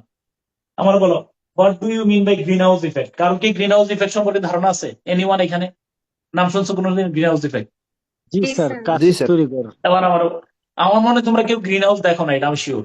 বাংলাদেশে দেখার কথা না, না, ছবি বাংলাদেশে নাই দেখছি। তো ছবি স্যার। দেখছি স্যার। কিন্তু এখানে কিন্তু অ্যাভেলেবেল গ্রিন হাউস আছে না। তোমার এই যে শীতকালের মধ্যে বিশাল কাচের ঘর ধরো বড় স্টেডিয়ামের মতো পুরোটা কাঁচ দিয়ে ঘেরা, এরকম ধরো বিশাল, এর ভিতরে তোমার এই গাছপালা হইতেছে আর কি। গ্রিন হাউস ইফেক্ট লেখা স্যার আছে, গ্রিন হাউস। আমাদের পরিবেশন করে স্যার। স্যার আমাদের মানে ইউনিভার্সিটিতে ল্যাবে ছিল আর কি, ল্যাব হ্যাঁ, তো বলো না, গ্রিন হাউস মানে এখানে স্টেডিয়ামের মতো বড়, পুরো স্টেডিয়ামটা কাজ দিয়ে ঘেরা ফেলছে, এরকম এরকম অনেকগুলো আছে। ওকে, ধরো এরপরে what do you mean by greenhouse effect বলো, এনিওয়ান? স্যার সূর্যের বিকিরণ আর কি ফেরত না যাওয়ার কারণে আমাদের আর কি ভূপৃষ্ঠে আর কি তাপমাত্রা বৃদ্ধি, যেটা মানে আর trapping of green the house সানস তো। রেডিয়েশন ডিউ টু দ্য জি আর্থ স্যার। তাপ আটকে তাই না? তাপ আটকে বৈশ্বিক তাপমাত্রা বৃদ্ধি করে। খেয়াল করে দেখো, যখন তুমি বলতে পারতেছো না, ইটস দ্য প্রবলেম। তো তুমি জি নোট স্যার। টোট যাই করো না করো, তোমরা এই তুমি আমার সাথে এনি ওয়ান, তোমরা যদি 2 জন থাকো, এখানে আছে কি তোমার একজন বলো, আমার একজন বন্ধু আছে যে বিসিএস পরীক্ষা দেবে বা প্রিলিমিনারি পরীক্ষা দেবে। স্যার বন্ধু আছে, আলোচনাও হয়, বাট রেগুলারিটিটা হয় না স্যার। রেগুলারিটি বলতে তুমি একটা কাজ করবা, এই টপিক গুলোর উপরে নিজে আগে একটা প্রস্তুতি নিবা, নেয়ার জি পরে স্যার। তুমি বলবা এটা প্রিন্ট করে তুমি বলবা যে তোরে এটার উপর আমি 1 ঘন্টার একটা লেকচার শোনাবো, উইদাউট এনি, তুমি আর সামনে কোনো স্ক্রিপ্ট থাকবে না, ইউ আর ওয়েল প্রিপেয়ার্ড ইনশাআল্লাহ। ওকে, ইনশাআল্লাহ স্যার। তুমি এরকম 10-15 টপিকের উপর কথা বলো, কথা বলো, দেখবো যে তোমার ব্রেনে পরীক্ষা হলে যে তুমি যে আমি যে রিফাইকের সাথে যা ডিসকাস করছি না, এগুলো আমার মাথায় ইয়ে হয়েছে, টক শো এগুলো দেখবো যে খুব ভালো ইয়ে মাথায় মাথায় নেওয়া হয়। এটা ডিসকাসে একটু স্যার মনে থাকে স্যার, পড়ার হ্যাঁ, সাথে সেই ওইটাতে বেশি সময়টাই থাকবে। তো দিচ্ছে না, মানে সময় এত স্যার কম। যাদের আমাদের পার্টনার নাই আমরা কি করবো স্যার? গার্লফ্রেন্ডও নাই, আরে আবার স্টাডি পার্টনার বাদ দাও, জীবনে একটা এই জিনিসটাও অর্জন করতে পারে নাই, বয়ফ্রেন্ড মানে তোমার মেয়ে মানুষ, তুমি একটা ছেলে ধরতে পারতেছো না, ছোট ভাই যাবে গাড়ি বলো, ও তো এমনি খুশিতে খুশিতে তোমার এই নাস্তা করাইবো, তোমার কথা শুনবে, এটা কোনো কথা হইলো? বাংলাদেশে একটা ছেলে ধরে মানে কি বলে এগুলা, ছেলের জন্য হয়তো সম্ভব। কঠিন একটু। হ্যাঁ, আচ্ছা, ওকে, তাহলে এটা মনে রাখবে, টিচ আদার্স। টিচ আদার্স হলো কি বলো, নিজের পড়া নিজে রেকর্ড করে লাভ নাই, তোমার বুঝাইতে হবে একটা কথা, কারণ বুঝাই পাব, তাহলে দেখো যে হয়ে যাবে, কপালি খারাপ। ঠিক আছে, তারপরে কি, ডান। তারপরে আসো আমরা চলে গেলাম কোথায় না, এখানে, তারপরে ওকে, এবার হলো প্লিজ, তাহলে আমরা এখানে যাবোই, মানে এই অনেকগুলা তুমি নিলাম আমার প্রতিবন্ধক। তারপরে হলো স্ট্র্যাটেজিস বা initiatives taken by the government. Please এই লাইনটা মুখস্থ করবা, অথবা তুমি তোমার মতো করে এরকম বাক্য বানায় নিবাই মাস্ট, যে এটাকে আরো ডাইনামিক ওয়েতে, ডিজায়ারেবল ম্যানারে, আমাদের কাঙ্ক্ষিত ভাবে এটাকে আরো গতিশীল ওয়েতে এটাকে সলভ করার জন্য, এটাকে হ্যাঁ কি করার জন্য বলো, অ্যাচিভ করার জন্য, ওভারকাম করার জন্য, ডেমোলিশ করার জন্য সরকার অনেকগুলো হোলিস্টিক অ্যাপ্রোচ নিচ্ছে, হোলিস্টিক অ্যাপ্রোচ শব্দটা মনে রেখো, হোলিস্টিক অ্যাপ্রোচ, এবং কতগুলা শর্ট টার্ম ইয়ে নিছে, কতগুলা দীর্ঘমেয়াদী পরিকল্পনা নিছে। তারপরে কি কি নিছে, দয়া করে প্রত্যেকটা রচনার মধ্যে ক্লাইমেট চেঞ্জের ক্ষেত্রে তুমি তো দেখছো কিনা, তুমি শীতের মধ্যে দেখছো অনেকগুলো উদ্যোগ নিছে সরকার, মানে প্রায় আজকে গত 2-3 দশক ধরে মানে আন্তর্জাতিক এবং দেশীয় অনেকগুলো উদ্যোগ নেওয়া হয়েছে, অনেকগুলো নদীতে বাদ দেওয়া হয়েছে, অনেক উদ্যোগ নেওয়া হয়েছে, কিনা হ্যাঁ বা না বলো? জি স্যার। তাহলে এগুলো যদি তুমি মুখে না বলতে পারতেছ, তাহলে কিন্তু বিপদ। তাহলে এটা এভাবে করে আমরা ইয়ে করবো। আর যদি আল্লাহ চাইতে সময় থাকে, শোনো, একদম শেষের দিকে তোমরা যদি কেউ আমার সাথে থাকো, আরো বেশি কনফিডেন্ট হও, আমরা টপিক দিয়ে দেবো, শেষের দিকে আমরা গ্রুপ ডিসকাশন এইখানে আয়োজন করব এইখানে। এবং আমার টার্গেট আছে ইনশাল্লাহ এই নভেম্বরের 15 তারিখ থেকে তোমাদের যে 46-এ কেউ ক্লাস, তোমার কেউ ক্লাস করছিল না 46-এ এটা এই গ্রুপটা স্টার্টেড ছিল না, ছিল জি স্যার। 46-এ, হ্যাঁ শেষের দিকে ছিল। আমরা শেষের দিকে তোমাদের 15 দিনের গ্রুপ স্টাডি আয়োজন করা, ঠিক আছে? তো একজন একজন করে পুরো বিষয়টারে আমাদেরকে ডিসকাস করে তুলবা, প্রত্যেকটা রচনার উপরে, প্রত্যেকটা টপিকের উপরে। তুমি টক শো স্পিকার বা আরো 2-3 জন স্পিকার বের করে দেবো, কথা বলবা, সুন্দর সুন্দর আমাদের টপিক গুলো মাথায় চলে আসবে ইনশাল্লাহ। হ্যাঁ, স্যার ইনশাআল্লাহ স্যার, হাসিনা ভালো হবে সরকার স্যার। অনেক কিছু স্যার, অনেক কিছুতে স্যার কিছু কার্যক্রম গ্রহণ করছে স্যার, এগুলা কি রচনাতে স্যার ইউজ করা যাবে কিনা, মানে ওই সরকারের নাম উল্লেখ করে স্যার ইউজ করা যাবে কিনা? মানে বাংলাদেশ সরকার মানে হলো, ধরো শোনো আমি বলে রাখি, সরকার একটা বিষয় আর রাজনৈতিক দল আর একটা বিষয়।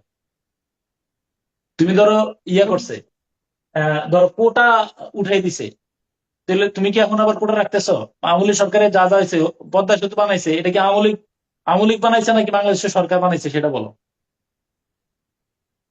সরকার স্যার স্যার। এটা সরকার বানাইছে। হ্যাঁ, এটা তো সরকার আর রাজনৈতিক দল তো আলাদা জিনিস, বুঝছো বিষয়টা?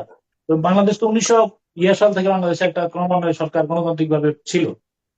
ওকে, তাহলে দয়া করে এই যে taking to reform administrative channels, এগুলো মুখস্থ করে ফেলে ধরে, এটা ধরো অধিকাংশ ক্ষেত্রে, মানে ধরো অ্যাডমিনিস্ট্রেটিভ চ্যানেলকে সংস্কার করার প্রস্তাব, জুলাই সনদ, আইনের সংস্কার, পার্লামেন্টারি ডেমোক্রেসি, তোমার কি প্রত্যেকটা স্তরে তুমি রিফর্ম অ্যাডমিনিস্ট্রেটিভ চ্যানেল, আইনকে অ্যাডমিনিস্ট্রেটিভ মানে প্রশাসনিক সংস্কার প্রয়োজন, সবকিছুতে প্রশাসনিক সংস্কার প্রয়োজন, তাই না? তারপর দেখো এক্সাম্পলারি পানিশমেন্ট, তুমি কোন জায়গায় যদি কেউ অপরাধ করে থাকে তার এই দৃষ্টান্তমূলক শাস্তি দেবেন।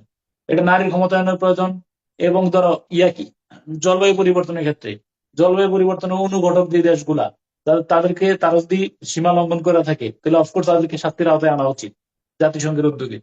এভাবে দৃষ্টান্তমূলক শাস্তি, healthy religious and pragmatic awareness in the mind of people, কেন মাইলবে না এগুলা? এরপরে এডুকেশন সিস্টেমকে কি করা বলো, আহ, আহ, উন্নত করা। তারপরে তাহলে our media should play the role of watchdog. এই দেখো মিডিয়ার প্রসঙ্গটা আসলে মিডিয়া গভর্নমেন্ট সিটিজেনের মধ্যে এটা একটা ইন্টার রিলেটেড। এই যে এইখানে অ্যান্থনি মাসকারেনের কথা আছে, the freedom of news paper could preserve democracy, কনস্টিটিউশনালিজম, good governance, মানে সবগুলারে কি করতে পারে বলো, মানে প্রিজার্ভ করতে পারে কি তোমার এই মিডিয়ার একটা খুব শক্তিশালী ভূমিকা আছে সব জায়গার মধ্যে। তাহলে people themself should be our independent anti corruption commission, তাহলে অফিস অফ অম্বাডসম্যান, এরকম ধরনের 30-35 যতগুলা সম্ভব তুমি রিকমেন্ডেশনের কথা মানে যদি নোটও করে রাখো, ফিল্টার করে এক একটা সময় এক একটা চলে আসবে ইনশাল্লাহ। আরো এখানে অনেকগুলা এখান থেকে আছে। সব মিলে যদি ভালো দিক হয়, তুমি ডেমোগ্রাফিক ডিভিডেন্ডের কথা মাস্ট আনবাই। Demographic dividend, Bangladesh is currently passing through the golden period of demographic dividend. তাহলে ডেমোগ্রাফিক ডিভিডেন্ডের মধ্যে তাহলে এটা একটা গুরুত্বপূর্ণ সময়। এই ডেমোগ্রাফিক ডিভিডেন্ডকে কাজে লাগাইয়া আমরা দেশে উন্নয়ন করতে চাই, দেশের থেকে আনএমপ্লয়মেন্ট দূর করতে চাই, নিরক্ষরতা দূর করতে চাই, দেশকে উন্নত দেশে রূপান্তর করতে চাই, এলডিসি থেকে ইমপ্রুভ করতে চাই। ওকে, এভাবে করে, হ্যাঁ ওকে, এইভাবে করে অনেকগুলা এখানে রিকমেন্ডেশন দেওয়া আছে। তুমি রিকমেন্ডেশন করে নিও, পড়লে তোমার মাথায় কাজ লাগবে কোন সময় কোনটা রিকমেন্ডেশন আমরা কাজ লাগাতে পারি। ওকে, তাহলে conclusion from the above long and vivid discussion, we without a second thought may assert that good governance is an ideal which is difficult to achieve in its totality. Rule of law, তারপরে কি বলো, religious harmony, communal harmony, তারপরে corruption, যাই বলো, এটা কোনোটাই পরিপূর্ণভাবে অর্জন করা বা টু নেগেটিভলি টু ডেমোলিশ, পরিপূর্ণভাবে করাপশন মুক্ত দেশ গুলো মানে হয় না। চাইল্ড লেবার নাই বাংলাদেশে, এটা হয় না। পরিপূর্ণভাবে তুমি ডেমোলিশ করে ফেলছো, এটা হয় না। এটা সম্ভব না, এটা খুব কঠিন। তাহলে পরে খুব কম দেশে আছে এটাকে কি করছে বলো, গুড গভর্নেন্স কে পরিপূর্ণভাবে অর্জন করছে, চাইল্ড লেবার কে পরিপূর্ণভাবে ডেমোলিশ করছে, মাদক দ্রব্যকে করছে, ক্লাইমেট চেঞ্জের প্রভাব থেকে মুক্ত হয়ে আসছে, এরকম ধরনের খুব কম দেশে আছে। তারপরে তো as an optimist we believe that if sincere efforts can be taken, এটা দি বাই 100%। তাহলে আমরা যদি উপরে যে পরামর্শগুলো আমি দিলাম এগুলো যদি মেনে চলি, তাহলে প্রচুর পরিমাণে রেমিটেন্স বাড়বে, প্রচুর পরিমাণে কি করবে বলো, নারী ক্ষমতায়ন সমৃদ্ধ হবে, আইনের শাসন স্টাবলিশ হবে, এই বিষয়গুলো। ওকে, তাহলে এভাবে করে শেষে আমরা একটা কোটেশন দিয়ে দেবো। ডান, ওকে, নোটটা তৈরি করে ফেলো ইনশাল্লাহ। এখন আমি আমার কাজ রয়ে গেল, আমি তোমাদেরকে ওই শীটটারে পুরোপুরি ভাবে করে দেবো। কোন শীটটা বলো তো একটু, কোন শীট? ডাটা সমৃদ্ধ শীটটা দিতে চাইলেন স্যার? এটা হ্যাঁ, এটা একটু ডাটা স্যার কোটেশন, ডাটা কোটেশনের যে শীটটা তো এটা কি এই স্যার সপ্তাহের মধ্যে দেওয়া হবে স্যার? দিতে হবে তো, আমার সময় নেই তো। এইটা হ্যাঁ, স্যার জি আমার স্যার। একটা কোশ্চেন ছিল। বলো। হ্যাঁ, স্যার মানে রচনার ক্ষেত্রে ইন্ট্রোডাকশন আর লাস্টের যে কনক্লুশন, এই দুইটা তো স্পেসিফিক করে লেখা যাবে না, আদারওয়াইজ সবগুলা মানে সবগুলা প্যারাই তো আমি লিখতে পারবো তাই না, মানে লিখে আন্ডারলাইন করতে পারবো। পারবা, হ্যাঁ শিওর, সমস্যা নেই। ওকে ইনশাল্লাহ, ডান। স্যার ইন্ট্রোডাকশন পয়েন্টের নামটা ইন্ট্রোডাকশন বা প্রিফেস এটা কি লিখবো? ইন্ট্রোডাকশন বা প্রিফেস লাগবে না, ইন্ট্রোডাকশন কনক্লুশন লেখা লাগবে না। ওকে, তারপরে আসো আমাদের ওই যে রিটার্ন সেশনের ওই যে ক্লাস সেশনের যে প্র্যাকটিসটা ছিল, এই হোমওয়ার্ক, এটা একটু দেখো তো। হ্যাঁ, একটু এটা কি সলভ করছিল তোমরা? একটু আমাদের কাজ বাকি ছিল। এটা কি অনুবাদটা করছিল কেন, anyone? Sir positive issue, negative issue এগুলো যদি কোনো ইন্ট্রোডাকশন আর কনক্লুশন একটা ফরম্যাট বানিয়ে দিতেন স্যার। সব তো দেয়া আছে, নেগেটিভ ইস্যুতে তো সব লেখা আছে। তুমি নেগেটিভ ইস্যুটা পরে দেখো, শুধু শব্দ চেঞ্জ করছি। যদি আমরা খেয়াল করে দেখো, পৃথিবীর খুব কম দেশে আছে good governance, sustainable development, empowerment women, rule of law, parliamentary democracy, এগুলোকে পুরোপুরি ভাবে চেক করে ফেলছে শতভাগ। আবার খুব কম দেশে আছে টেরোরিজম, ড্রাগ এডিকশন, রিউমার, এই সমস্ত বিষয়গুলা, সাইবার বুলিং, সাইবার ক্রাইম, এগুলোকে পুরোপুরি ভাবে অ্যাবলিশ করছে। তাহলে এক জায়গায় অ্যাচিভ করছে, আর এক জায়গায় অ্যাবলিশ করছে, ওই সেটার মধ্যে তাই লেখা আছে এভাবে। হ্যাঁ, ওকে। মিটিং, আবার বলো, এবার আসো। আমি মুখে মুখে নিশা আসো নাকি? জি স্যার। শুনে শুনে লিখবা এবং শিক্ষা অর্থ সহ দিয়ে দিবা। হ্যাঁ, আচ্ছা স্যার। দেখো এই মনোযোগ দিয়ে শুনো, শেষ থেকে অনুবাদ করি প্রথম বাক্যটা। হতদরিদ্রদের, meeting nutritional needs of ultra poor, হতদরিদ্রদের পুষ্টির চাহিদা পূরণ, হতদরিদ্রদের পুষ্টির চাহিদা পূরণ। দা পুষ্টিবাড়ি concept can be implemented across the country.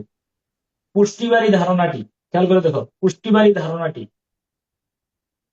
শেষ করে দাও, দেশব্যাপী অ্যাক্রস দ্য কান্ট্রি, দেশব্যাপী প্রয়োগ করা যেতে পারে। পুষ্টিবাড়ি ধারণাটি দেশব্যাপী প্রয়োগ করা যেতে পারে। পুষ্টিবাড়ি ধারণাটি দেশব্যাপী প্রয়োগ করা যেতে পারে।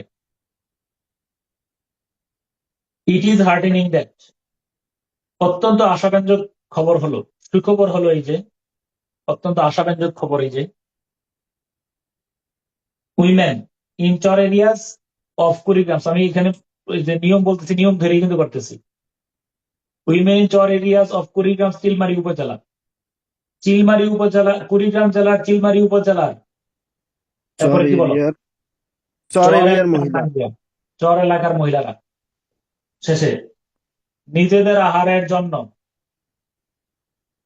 এরপরে অ্যারাউন্ড দেয়ার হাউসেস, বাড়ির চারপাশে ফলমূল এবং শাকসবজি চাষাবাদ করার মাধ্যমে, চাষাবাদ করে বা চাষাবাদ করার মাধ্যমে, স্যার উৎপাদন দিলে হবে না স্যার? উৎপাদন করার মাধ্যমে, উৎপাদন করার মাধ্যমে, হ্যাঁ, চাষাবাদ না, উৎপাদন করার মাধ্যমে, এটাই সুন্দর।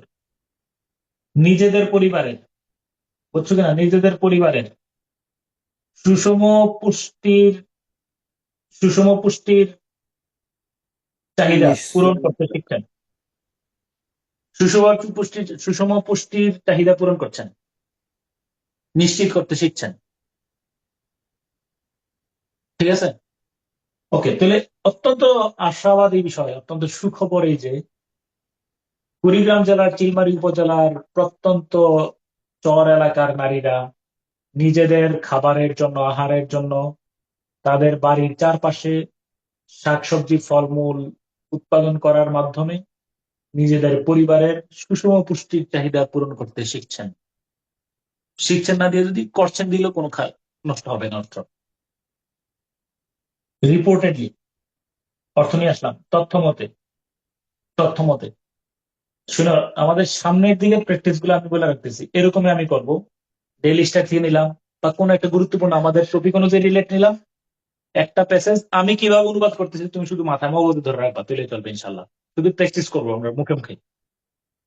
রিপোর্টেড, আর একটা ফুল পেজের স্যার যদি সলভ করে দিতেন ভালো হতো হ্যাঁ হ্যাঁ, কোনটা?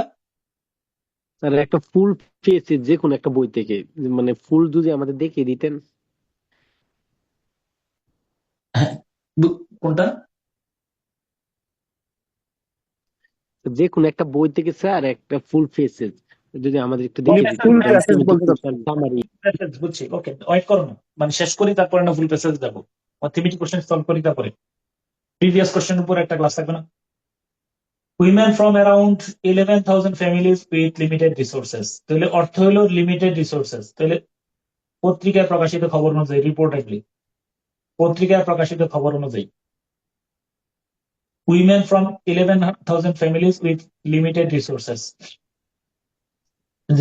সাবজেক্ট আর্থিক অনুবাদ করতেছি, উইথ লিমিটেড রিসোর্সেস, সীমিত পুঁজি নিয়ে প্রায় 11,000, অ্যারাউন্ড 11,000 ফ্যামিলিজ, প্রায় 11,000 পরিবারের নারীরা তথ্য মতে অথবা পত্রিকায় প্রকাশিত খবর অনুযায়ী, রিপোর্টেডলি সীমিত সম্পদের প্রায় 11,000 পরিবারের নারীরা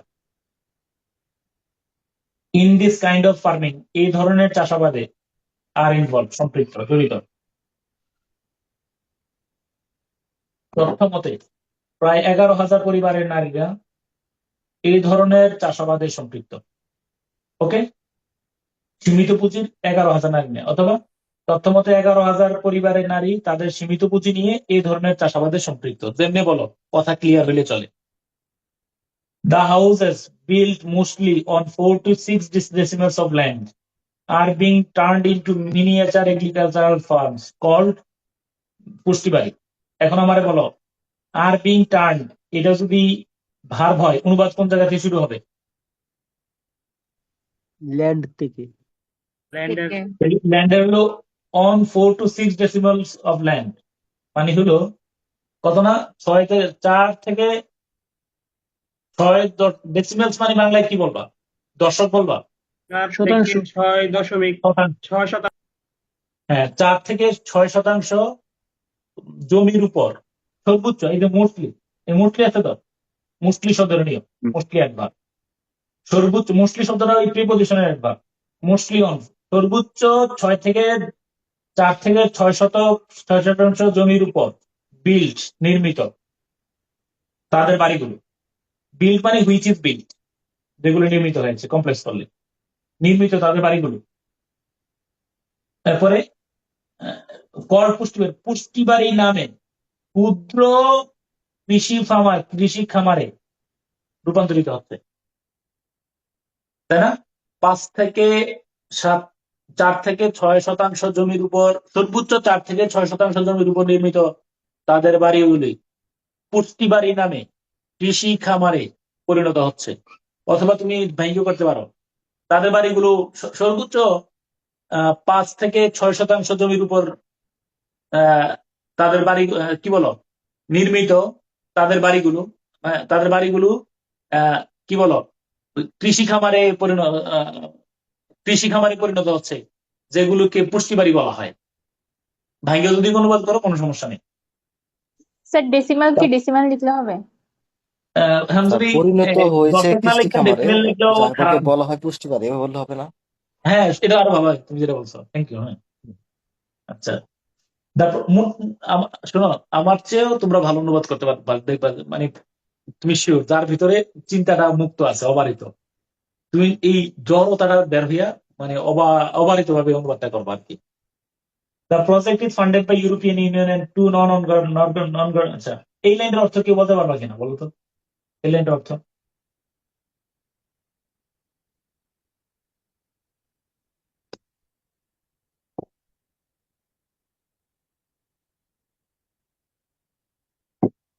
দুটি Anyone? বেসরকারি সংস্থা এবং ইউরোপীয় হ্যাঁ ইউনিয়ন, এই হ্যাঁ দুটি বেসরকারি সংস্থা এবং ইউরোপীয় ইউনিয়ন এক্ষেত্রে হ্যাঁ, আর্থিক যোগান দিয়েছে, এরকম কিছু। না না না না, সর্বনাশ হয়ে যাবে যদি আর এটা বাক্যটা ভালো দুইটা করে না ভাগ করো। সহায়তা পেয়ে। এটা কারা, কয়জন সহায়তা করতেছে, ফান্ডিং দিতেছে কয়জন বলো? স্যার একজন স্যার। হ্যাঁ, sir European Union. Only European Union. তুমি যদি পড়ো, the project is funded by European Union to non-government organization, একবারে ধ্বংস হয়ে যাবে। এই বাক্যের সাবজেক্ট কে বলো? এই বাক্যের সাবজেক্ট হলো দুইটা বাক্য, complex sentence. The project is funded by European Union and, আরেক বাক্য এন্ড, এন্ড আরেক বাক্য শুরু হয়েছে। এন্ড কি, খেয়াল করে দেখো, স্যার টাকা দিচ্ছে, ট্রেনিং দিচ্ছে। টু নন-গভর্নমেন্ট অর্গানাইজেশন আর ট্রেনিং দিতেছে দুই গভর্নমেন্ট, দুইটা নন-গভর্নমেন্ট অর্গানাইজেশন। তাহলে অর্থ করতে পারি ইউরোপীয় ইউনিয়ন এই প্রকল্পে অর্থায়ন করেছে, তাই না? বা স্যার সহায়তা করেছেন না? দুইটা অর্থায়ন আলাদা করেছে, আলাদা বাক্য করলে তো ফান্ডিং করছে।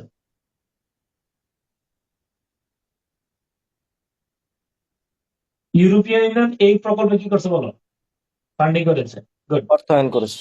এবং দুটি নন গভর্নমেন্ট অর্গানাইজেশন, দুটি বেসরকারি সংস্থা চরবাসীকে প্রশিক্ষণ দিচ্ছেন on how to make best use of their available lands, তাদের অনাবাদী জনগুলোকে কিভাবে ভালোভাবে ব্যবহার করতে পারে, সর্বোচ্চ ভালোভাবে ব্যবহার করতে পারবে, সে ব্যাপারে দুটি বেসরকারি সংস্থা তাদেরকে ট্রেনিং দিচ্ছেন, প্রশিক্ষণ দিচ্ছেন। তাহলে কথাটা সুন্দরভাবে দাঁড়াইলে এরকম হয়, প্রকল্পটিতে ইউরোপীয় ইউনিয়ন এই প্রকল্পে অর্থায়ন করেছে, টান। এবং দুটি, আচ্ছা, এবং শেষ যদি অনুবাদ করো, এবং চরবাসীরা কিভাবে তাদের অনাবাদী জমিকে সর্বোচ্চ ভালোভাবে ব্যবহার করতে পারে সে ব্যাপারে দুটি বেসরকারি সংস্থা তাদেরকে প্রশিক্ষণ দিচ্ছে। এটা কি ঠিক হয় অনুবাদ? হ্যাঁ, কিন্তু পরের লাইনটা স্যার পড়ো। অনাবাদি জমির কথা কোথাও বলা নাই, অ্যাভেলেবল ল্যান্ড। অ্যাভেলেবেল ল্যান্ড মানে কি? কৃষিকাজের উপর স্যার হ্যাঁ, ব্যবহার হচ্ছে না অন্য কাজে। বুঝছো তো?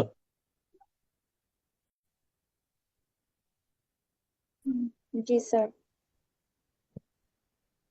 ওকে, তারপরে এই অনাবাদি জমি ছাড়া আর কি বলবা? অব্যবহৃত জমি, তাই না? তারপরে কৃষি উপযোগী জমি স্যার। এই তো আরে অনাবাদি হয় রেসিডেন্টস অফ চর এরিয়াস,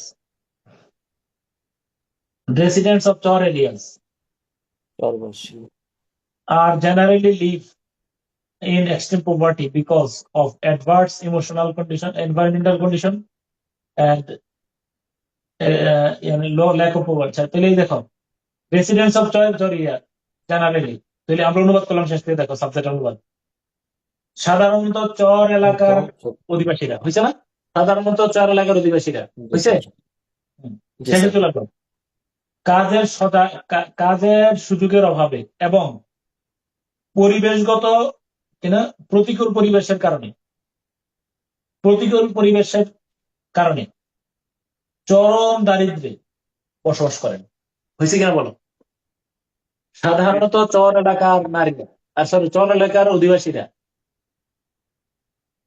কাজের সুযোগের অভাবে এবং পরিবেশগত প্রতিকূলতার কারণে বৈরী পরিবেশগত, এই যে বৈরী অ্যাডভার্স আছে, বৈরী পরিবেশগত পরিস্থিতির কারণে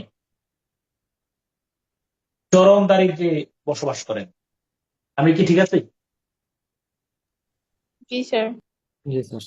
আচ্ছা, flood and river erosion often wash away their belongings. Flood and river erosion, এই দেখো বন্যা এবং রিভার নদী মানে নদী ভাঙ্গন, তাই না? নদী ভাঙ্গন প্রায় বন্যা এবং নদী ভাঙ্গন তাদের দেয়ার হাউসেস এন্ড তাদের বাড়িঘর মালামাল ধুয়ে মুছে পরিষ্কার করা যায়, ওয়াশ হবে, ধুয়ে মুছে পরিষ্কার করে দেওয়া যায়, ভাসিয়ে নিয়ে যায় স্যার। বাসায় নিয়ে যায়। ঠিক আছে, বুঝছি, তাহলে বাসায় নিয়ে যায়। তারপরে the poverty stricken people need special assistance from government and non-government organization.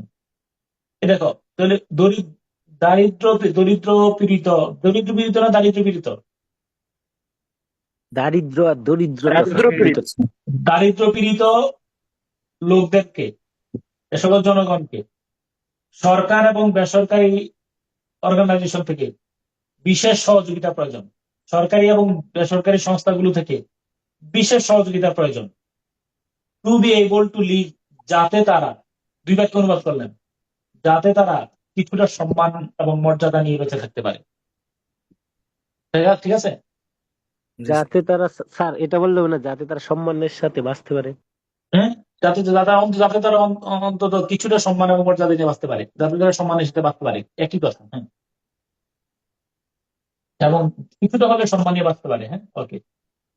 এরপরে হলো they need to be trained with some basic life skill. এগুলো যদি অনুবাদ করতে শরফুদ্দিন আহমেদ, বিশ্বাস করে আমি বলছি না, প্রথম আলো শরফুদ্দিন অনুবাদ করলে অনেক দূরে চলে যায়। আমরা ওইভাবে করবো না, মানে আমরা একদম প্রতীক বর্ধন ওয়াসিফ, ফারুক ওয়াসিফ, ওনারা যেটা করে একদম অবিকল করে এবং ওইটার মধ্যে একটা আর্ট ধরে রাখার চেষ্টা করে।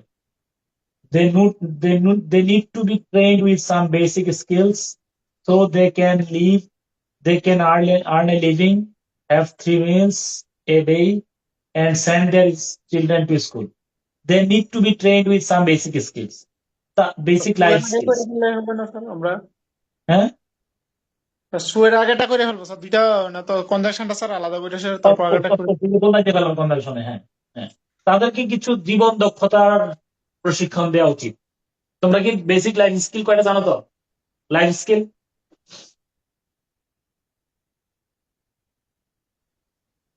কারো জানা আছে? লেখা রাখো, গুগলে সার্চ, আমি এই লাইনটা অনুবাদ করতে করতে দেখো, life skills proposed by WHO, world health organisation কর্তৃক প্রস্তাবিত লাইফ স্কিল কয়টা?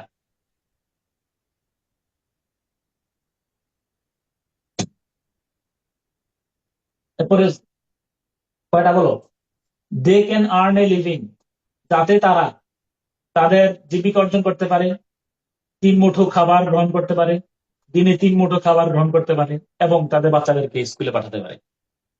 চমৎকার কথা। তো 2টা বাক্য অনুবাদ করে ফেললাম।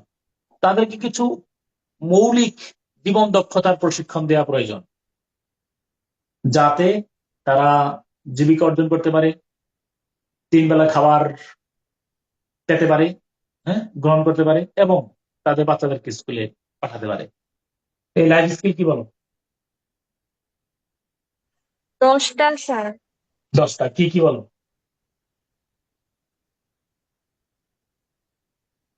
এটাও মুখস্থ করে ফেললো। ক্রিটিক্যাল থিঙ্কিং, ক্রিয়েটিভ হ্যাঁ হ্যাঁ, thinking, life decision making, problem solving, self life awareness, skill. Effective communication, interpersonal relationship হ্যাঁ, skill, by coping with emotion, coping with stress, coping with stress. এই যে এটা 10টা, হ্যাঁ, এই যে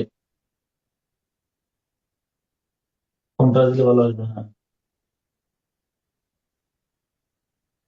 এটা লেখা রেখো। এটা কিন্তু রিকমেন্ডেশন মধ্যে অনেক জায়গায় দিতে পারবে। লাইফ স্কিল এই 10টা। 1 নম্বর হলো এটা কি, এটা প্রবলেম সলভিং। বুঝছো কিনা? 1 নম্বর হলো প্রবলেম সলভিং।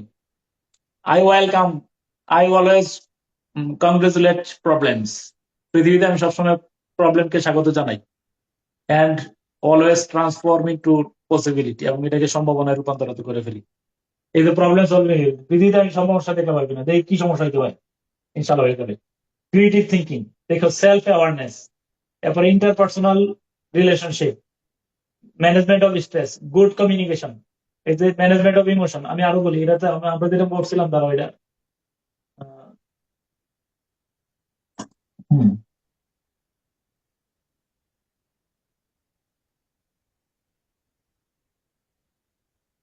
এটা ভিডিওতে চলে গেছি। হ্যাঁ, তুমি দেখে নিও এটা।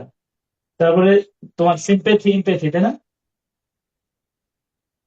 এই যে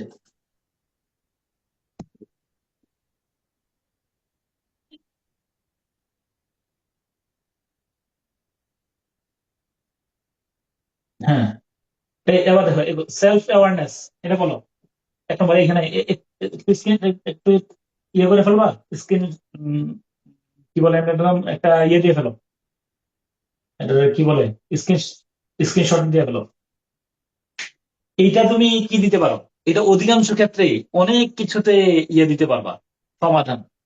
সুপারিশ আছে না, সুপারিশের মধ্যে নিয়ে আসবা এই লাইফ স্কিল গুলা। এই বলো, সেলফ অ্যাওয়ারনেস মানে কি?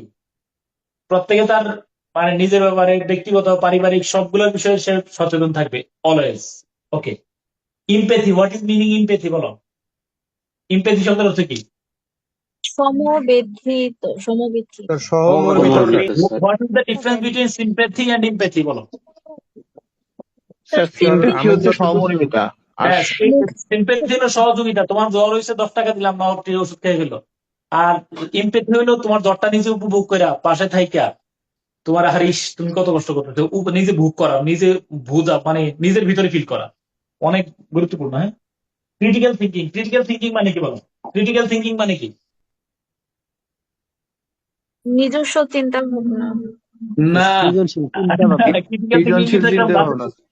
ক্রিটিক্যাল থিঙ্কিং হলো একজন লোক, মানে ধরো মাওলানা মহিবুল্লাহ সাহেব, এই যে ইয়া চলে গেছে, তাহলে হজরতে গেলেন, যাওয়ার পরে আমরা যেমন একভাবে চিন্তা করব যে তারে অপহরণ করছে কেউ, আবার একই সাথে চিন্তা করব যে আবার নিজেই কিনা বউর সাথে গন্ডগোল করে চলে গেছেন।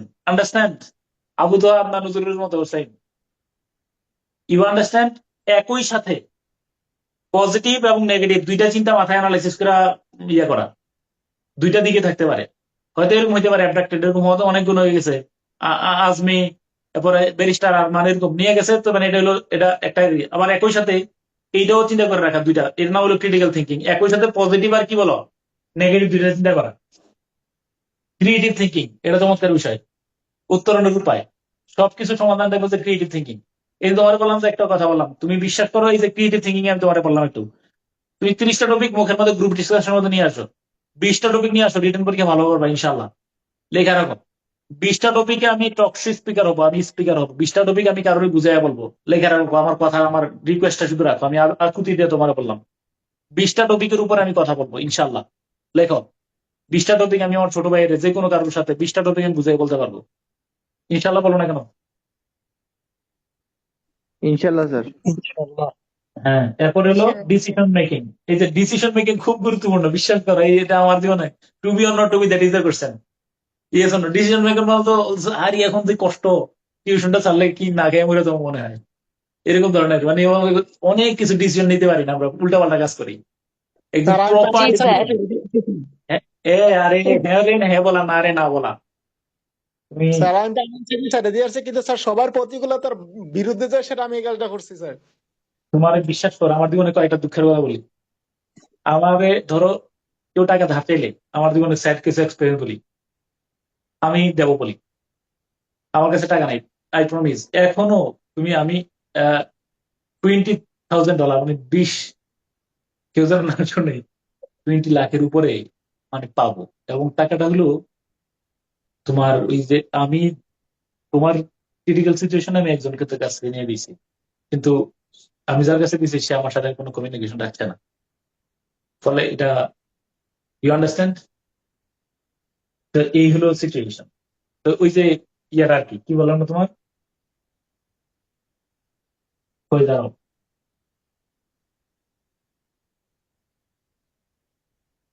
কোথায় ছিলাম না, ওই যে হ্যাঁ কে হ্যাঁ বলা, না কে না বলা। এই তুমি না বলতে পারতেছ না, এরকম যে মানে এটা খুব ডিসিশন মেকিংটা আর কি। হ্যাঁ, তারপরে দেখো problem solve, decision problem solving তো বললামই। প্রবলেম সলভিং বলতে কোনো মানে প্রবলেম বলতে কিছু নাই। মানে এই যে বললাম না, I always congratulate problems and transform it into possibility. যত সমস্যা থাকুক ইনশাল্লাহ এটা আমি সম্ভাবনায় রূপান্তর করে ফেলবো। ওকে, হ্যাঁ। তারপরে নিয়ে এসো ইফেক্টিভ কমিউনিকেশন। এই ইফেক্টিভ কমিউনিকেশন এগুলো খুবই, এরপরে ইন্টারপার্সোনাল রিলেশনশিপ, এগুলা কোপিং উইথ স্ট্রেস। দাঁড়াও এই দুইটা ইফেক্টিভ কমিউনিকেশন মানে কোন কমিউনিকেশন? ধরো এটা ইফেক্টিভ আর ইন্টারপার্সোনাল, পারস্পরিক সংযোগ। দেখবো যে ইন্টারপার্সোনাল রিলেশনশিপ, এই তোমার মন খারাপ, তোমার মন ভালো, I am I am fully covered by my environment. তোমার মন খারাপ, মন ভালো, তোমার এখন ফুরফুর মেজাজ যা কিছু আছো তোমার পরিবেশের কারণে আছো। তোমার এখানে বিয়ে বাড়িতে আছো, সবাই বন্ধু বান্ধব খুশিতে আছো, তোমার মন খুশি।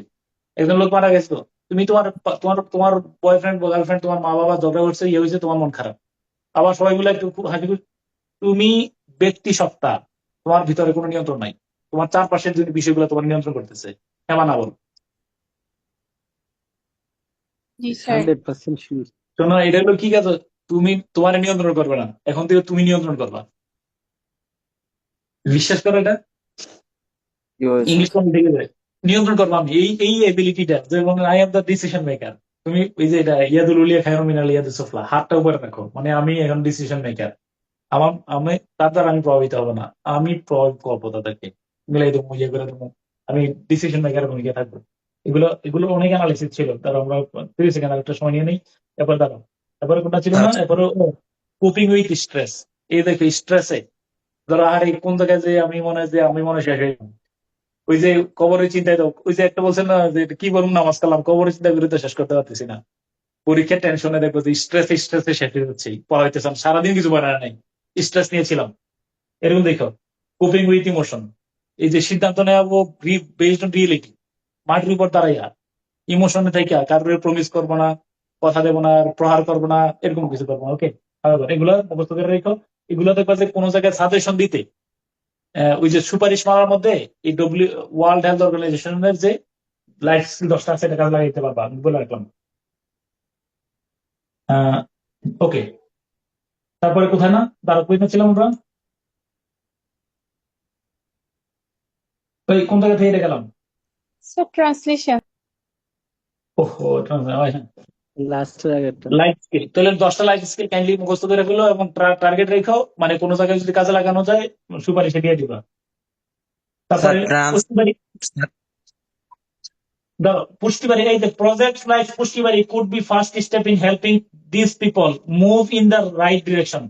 আমার আগে প্রশ্ন, মুভ কোন পার্টস কে বলতে পারবে এখানে? মুভ ভার্ব, কোন ভাগ? স্যার অ্যাডজেক্টিভ, হ্যাঁ বলো। Adverb, positive verb move sir. কোন পার্টস মুভ? Noun sir. হ্যাঁ এখানে অ্যাডভার্ব মনে হয়। অ্যাডভার্ব কেমনে ভার্ব হয়? হ্যাঁ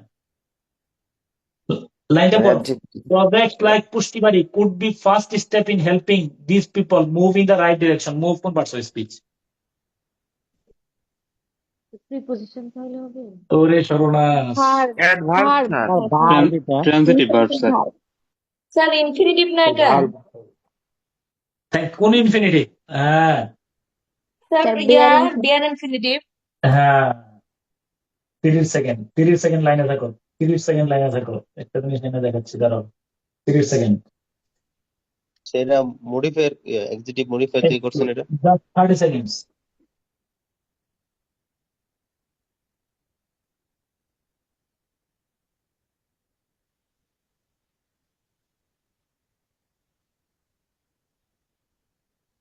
একটা এখানে এখানে দেখে নাও, স্ক্রিন শেয়ার করতেছি। তোমাদের কাছে তো মনে হয় পুরো লেকচার ঠিক আছে না? মানে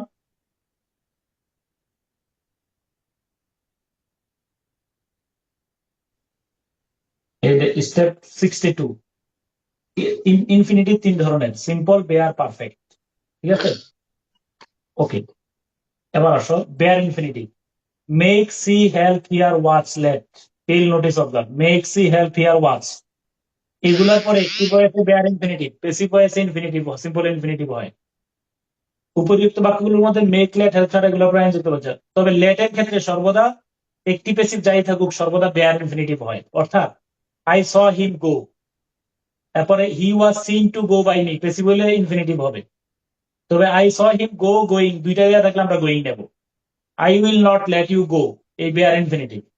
তাহলে আমরা যে এটা অনুবাদ করলাম, এই যে project like Pushtibari could be the first step in helping, এই হেল্পের পরে হেল্পিং দিস পিপল মুভ, হেল্পের পরে এটা হলো বেয়ার ইনফিনিটিভ। আন্ডারস্ট্যান্ড?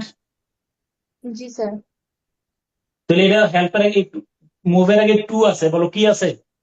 তাহলে projects like Pushtibari could be first step in helping this people to move in the right direction. You understand? একদম বলে ফেলো কোন শব্দগুলোর উপরে বেয়ার ইনফিনিটিভ হয়? Let make help. Make, see, help, hear, watch, এই পাঁচটাই মনে রাখো। আর লেটার পরে ধরো আজীবন একটি ভয়েসে ইনফিনিটিভ আর পেসিভ ভয়েসে বেয়ার ইনফিনিটিভ। ওকে, এই যেমন ধরো এই, ঠিক আছে, হি হেল্প মি ডু, না টু ডু দ্য ওয়ার্ক, বলো।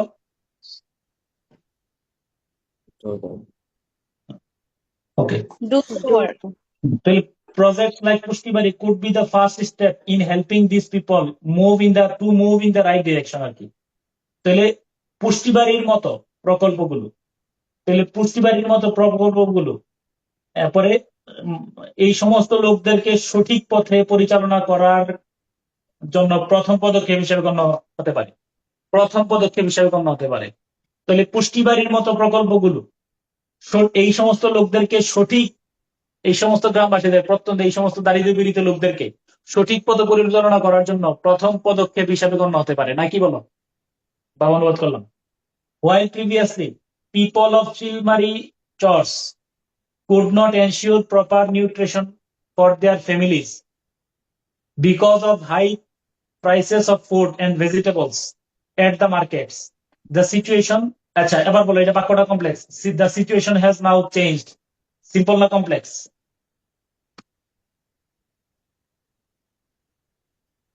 বাক্যটা সিম্পল না কমপ্লেক্স?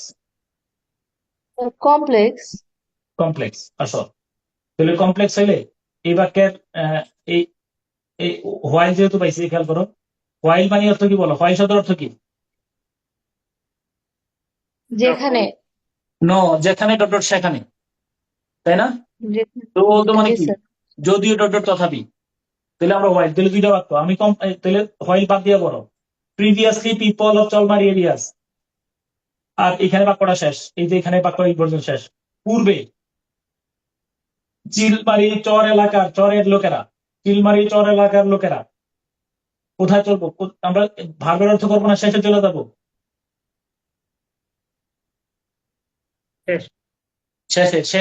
শেষে হলো ওই, কারণ বাক্যের শেষ তো এখানে এট দ্য মার্কেট পর্যন্ত, তাই না? দ্য সিচুয়েশন হলো পরের বাক্য, এট দ্য মার্কেট। তাহলে বাজারে, তারপরে ফ্রুটস এন্ড ভেজিটেবলস, কি বলো? ফ্রুটস এন্ড ভেজিটেবলস মানে কি? মূল্য বৃদ্ধির কারণে। আবারও তৈরি তরকারি স্যার, খাবার এবং খাবার এবং শাকসবজি শাকসবজি। মূল্য বৃদ্ধির কারণে, উচ্চ মূল্যের কারণে নিজেদের পরিবারের উপযুক্ত নিউট্রিশন মানে কিনা পুষ্টির, সুষম পুষ্টির চাহিদা পূরণ করতে পারতো না। দাঁড়ি, দ্য সিচুয়েশন হ্যাজ নাও, সেই পরিস্থিতি এখন বদলে গেছে। তাহলে পূর্বে, বিশাল করে দেখো, দুইটা বাক্য অনুবাদ করলাম। তুমি বাক্য এক বাক্য, আমি অনুবাদ করতে দুই বাক্যে। পূর্বে চিলমারি চর এলাকার লোকেরা বাজারের ফলমূল এবং শাকসবজির দাম উচ্চ মূল্যের কারণে, শাকসবজির উচ্চ মূল্যের কারণে নিজেদের পরিবারের সুষম পুষ্টির চাহিদা পূরণ করতে পারতো না, কিন্তু সেই পরিস্থিতি এখন বদলে গেছে। স্যার সেই বাক্যটা পরিস্থিতি বর্তমান নাই দিলে হবে স্যার? দাও, সেই পরিস্থিতি বর্তমান নাই। সেই পরিস্থিতি এখন আর নেই, যেটাই বলছো। মানে তোমার মনের ভাব আমার মনের ভাব এক, ভাষা ভিন্ন। এখন আমারে বলো, অনুবাদ স্ট্রাকচার পরিবর্তন করে লিখলে অনুবাদ শুধু সুন্দর না, সহজ হয়। সহজ না সুন্দর হয়? Yes, yes. Okay. After taking training, দেখো পিপল মুসলিম উইমেন, গভীর মনোযোগ। সাবজেক্টের আগের অংশটা অনুবাদ করে ফেললাম। প্রয়োজনীয় প্রশিক্ষণ শেষে জনগণ, বিশেষত নারীরা। ওকে, এরপরে আর ইউটিলাইজিং এর অর্থ করবো না, শেষে চলে যাবো? শেষে যাব। শেষে কই আছে বলো? শেষে কই আছে বলো? শেষে কি এখান থেকে অনুবাদ করবা, দেয়ার থেকে? হাউস। হ্যাঁ, প্লিজ খেয়াল করে দেখো, পুরা বাক্য অনুবাদ না করে, বাক্য না বুঝে অনুবাদ করতে দেও না। After taking the necessary training, people, Muslim women, are now utilizing every inch of their unused land around the house. এইখানে বাক্য শেষ, around the house পর্যন্ত বাক্য শেষ। and growing, এই গ্রোয়িং এর ভার্ব কে বলতো? গ্রোয়িং এর অক্সিলারি ভার্ব কে? ঠিক আছে। প্রয়োজনীয় প্রশিক্ষণ শেষে জনগণ, লোকজন, বিশেষত নারীরা, তারপরে অ্যারাউন্ড দ্য হাউস, তাদের বাড়ির চারপাশে, অ্যারাউন্ড দ্য হাউস, বাড়ির চারপাশে নিজেদের হ্যাঁ কি বলো, অনাবাদি জমি প্রতিটি এখন ব্যবহার করছেন। প্রয়োজনীয় প্রশিক্ষণ শেষে লোকজন, বিশেষত নারীরা, বাড়ির চারপাশে নিজেদের অনাবাদি জমির প্রতিটি ইঞ্চি এখন ব্যবহার করছেন, তাই না?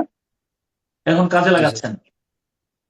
এবং এবং এবং সেখানে দেয়ার সেখানে শাকসবজি ফলমূল উৎপাদন করছেন। কি চমৎকার ভাবে অনুবাদ দেখো, একটা দাঁড় করাইতে পারি আমরা, তাই না? 9-10 ইন্টারমিডিয়েটের ছোট ভাই বোন, এলাকার ছোট ভাই বোন আছে কিনা? এনিওয়ান? জি স্যার। নামাজ পড়তে যাও, দেখা হয়, এরকম বলবো যে ভাই তুমি ইংরেজি, তুমি একদিন আইসো, তুমি কিভাবে অনুবাদ করবা এটা শিখাই দেবো, 5-8টা লাইন ধরে ধরে শিখাইবা। ইনশাল্লাহ বলো। ইনশাআল্লাহ। ওদের পুরা বই এই নিয়মে অনুবাদ হবে, আর কোনো কথা নাই। আমি গৌতম স্যারের সাথে কাজ করছি। স্যার আমাদেরকে, গৌতম স্যার হলো প্রফেসর গৌতম স্যার, স্যার আমার সরাসরি টিচার। এই যে এনসিবি টেক্সট বুক গুলো বলছিল, আমি এই স্যারও আমাদেরকে এইভাবে বলছে যে ক্লাসের মধ্যে এইভাবেই পড়াইবা। কারণ পোলাপান ওই যে এক লাইন বাংলায় পড়ে, এক লাইন গাইড বই দেখে পড়ে, তার একটা ফর্মুলা শিখাই দাও, সাবজেক্ট অনুবাদ করো, শেষ থেকে শুরুর দিকে এসে ভার্ব অনুবাদ করো, পুরো এনসিডিবি টেক্সট বই অনুবাদ হবে, পুরোটা 99% অনুবাদ হবে ইনশাল্লাহ। ওকে, তারপরে আসো। তারপরে কোথায়? After meeting the nutritional needs of the family, many are also selling these excess produce. Subject many, অনেকেই। আমরা কি মেনি অনুবাদ করবো নাকি সাবজেক্টের আগের অংশ অনুবাদ করবো? আগেরটা করো, ফ্যামিলি থেকে আগে হলো তাহলে পরিবারের পুষ্টির চাহিদা পূরণ করার পর, দেখো শেষ থেকে শুরু থেকে অনুবাদ করলাম। পরিবারের পুষ্টি চাহিদা পূরণ করার পর অনেকেই অনেকেই অতিরিক্ত, শেষের দিকে চলে গেলাম, অতিরিক্ত পণ্য, তাই না, এক্সেস জি প্রডিউস, স্যার। অতিরিক্ত পণ্য বাজারে বিক্রি করছেন। অনেকেই অতিরিক্ত পণ্য বাজারে বিক্রিও করছেন, তুমি নিয়ে আসো, বিক্রিও করছেন। ও দিয়ে ফেলে আরো সুন্দর হবে দেখো, তাই না? জি পুষ্টির স্যার। চাহিদা পূরণ, পরিবারের পুষ্টির চাহিদা পূরণ করার পর অনেকে আবার অতিরিক্ত পণ্য বাজারে বিক্রিও করছেন। তাহলে অনেকে আবার যে দিলা, এগুলো হলো আমার কি বলো, ওই যে সহায়ক শব্দ যেগুলো বাক্যের গতি বাড়ায়। Yes, yes these sir. the example set in rural remote areas of Kurigram Chilmari উপজেলা। অনুবাদ ইজে রাখতে হবে। এন্ড এগুলো দাগ দিয়ে ফেললাম, এগুলো দাগ দিই, এগুলো দাগ দিই। আচ্ছা, the examples set in remote church of Chilmari উপজেলা। তাহলে এই যে কুড়িগ্রামের চিলমারি উপজেলার প্রত্যন্ত চর এলাকায় সেট, হুইচ ইজ সেট আর কি, স্থাপিত দৃষ্টান্তটি, এই দৃষ্টান্তটি খুবই উৎসাহব্যঞ্জক, তাই না? তাহলে জি স্যার। কুড়িগ্রাম জেলার চিলমারি উপজেলার প্রত্যন্ত চর এলাকায় স্থাপিত এই দৃষ্টান্তটি খুবই উৎসাহব্যঞ্জক, খুবই আশাব্যঞ্জক। এবং এবং দেওয়া না দেওয়া কোনো সমস্যা নাই। এই শুড বি এলিমেন্টেড, এটি ইট কিনা বলো, এখানে ইট আছে কিনা, হ্যাঁ বা না বলো, এটা ইট আছে কিনা, জি স্যার। ইট হলো জি দ্য স্যার। এক্সাম্পল। এবং এটি should be emulated in other poverty stricken areas of the country, এবং এটি দেশের অন্যান্য দারিদ্র পীড়িত এলাকায় অনুসরণ করা যেতে পারে, প্রয়োগ করা যেতে পারে। ইমিউলেটেড অর্থ আমি জানি না, তুমিও জানার দরকার নাই। অনুসরণ করা যাইতে পারে, প্রয়োগ করা যেতে পারে, এমন কিছু একটা অর্থ হবে। Yes or no? জি স্যার। আমি কিন্তু তোমার জিজ্ঞাসা করতে, ইমিউলেটেড অর্থ কি, তোমরা অনেকে এটার অর্থ পারতা না, কিন্তু আমারও তুমি বললে হয়তো বুঝা যেত যে ইমিউলেটেড অর্থ কি হইতে পারে। কিন্তু এখানে দেখে বুঝছি যে এটা প্রয়োগ করা, কাজে লাগানো, বাস্তবায়ন করা, এমন কিছু একটাই হবে, আর কিছু না। ডান। তাহলে ইনশাল্লাহ কালকে আসো। আমরা কিন্তু সামনে এই 2 ঘন্টা সামনে, কালকে আমরা থিমেটিক কোশ্চেন হাতে কলমে প্র্যাকটিস করবো। It's very important. থিমেটিক কোশ্চেনটি কিভাবে নিয়ন্ত্রণে নিবা, এরপরে হাতে কলমে ইনশাল্লাহ আমরা পরের ক্লাসে একটা প্র্যাকটিস করবো মঙ্গলবারে। এবার আগামী সপ্তাহ থেকে আমরা একদম পুরা পুরা পত্রিকা, বিশেষত প্রিভিয়াস কোশ্চেন গুলা, মানে 2 ঘন্টা তোমার আমি উজ্জীবিত রাখবো। মানে ইনশাল্লাহ একটা, আমার সাথে যখন থাকো তখন মনে হয় যে একটু মনে ইংলিশ পারবা এরকম একটা ভাব মনে হয় না? একটা জি মানসিক স্যার। শক্তি থাকে আমার বেশি, তাই না? স্যার আপনার ক্লাসে মনে হয় মানে আমার কখনো মনে হয় না চলে কখন গেছে আমার শেষ হবে, মানে এটা কখনো মনে হয় না। ফুটবল লিগ হয়ে গেলে এবার দূরে গেছে মনে হচ্ছে আবার, মানে কি রে, এটা হতাশা কাজ করে। এই জন্য পরীক্ষার আগ পর্যন্ত আমরা আছি ইনশাল্লাহ উজ্জীবিত, মানে এটা হলো মনোবল। ঠিক আছে, মনোবলটা চাঙ্গা থাকলে হবে ইনশাল্লাহ। আল্লাহ হাফেজ।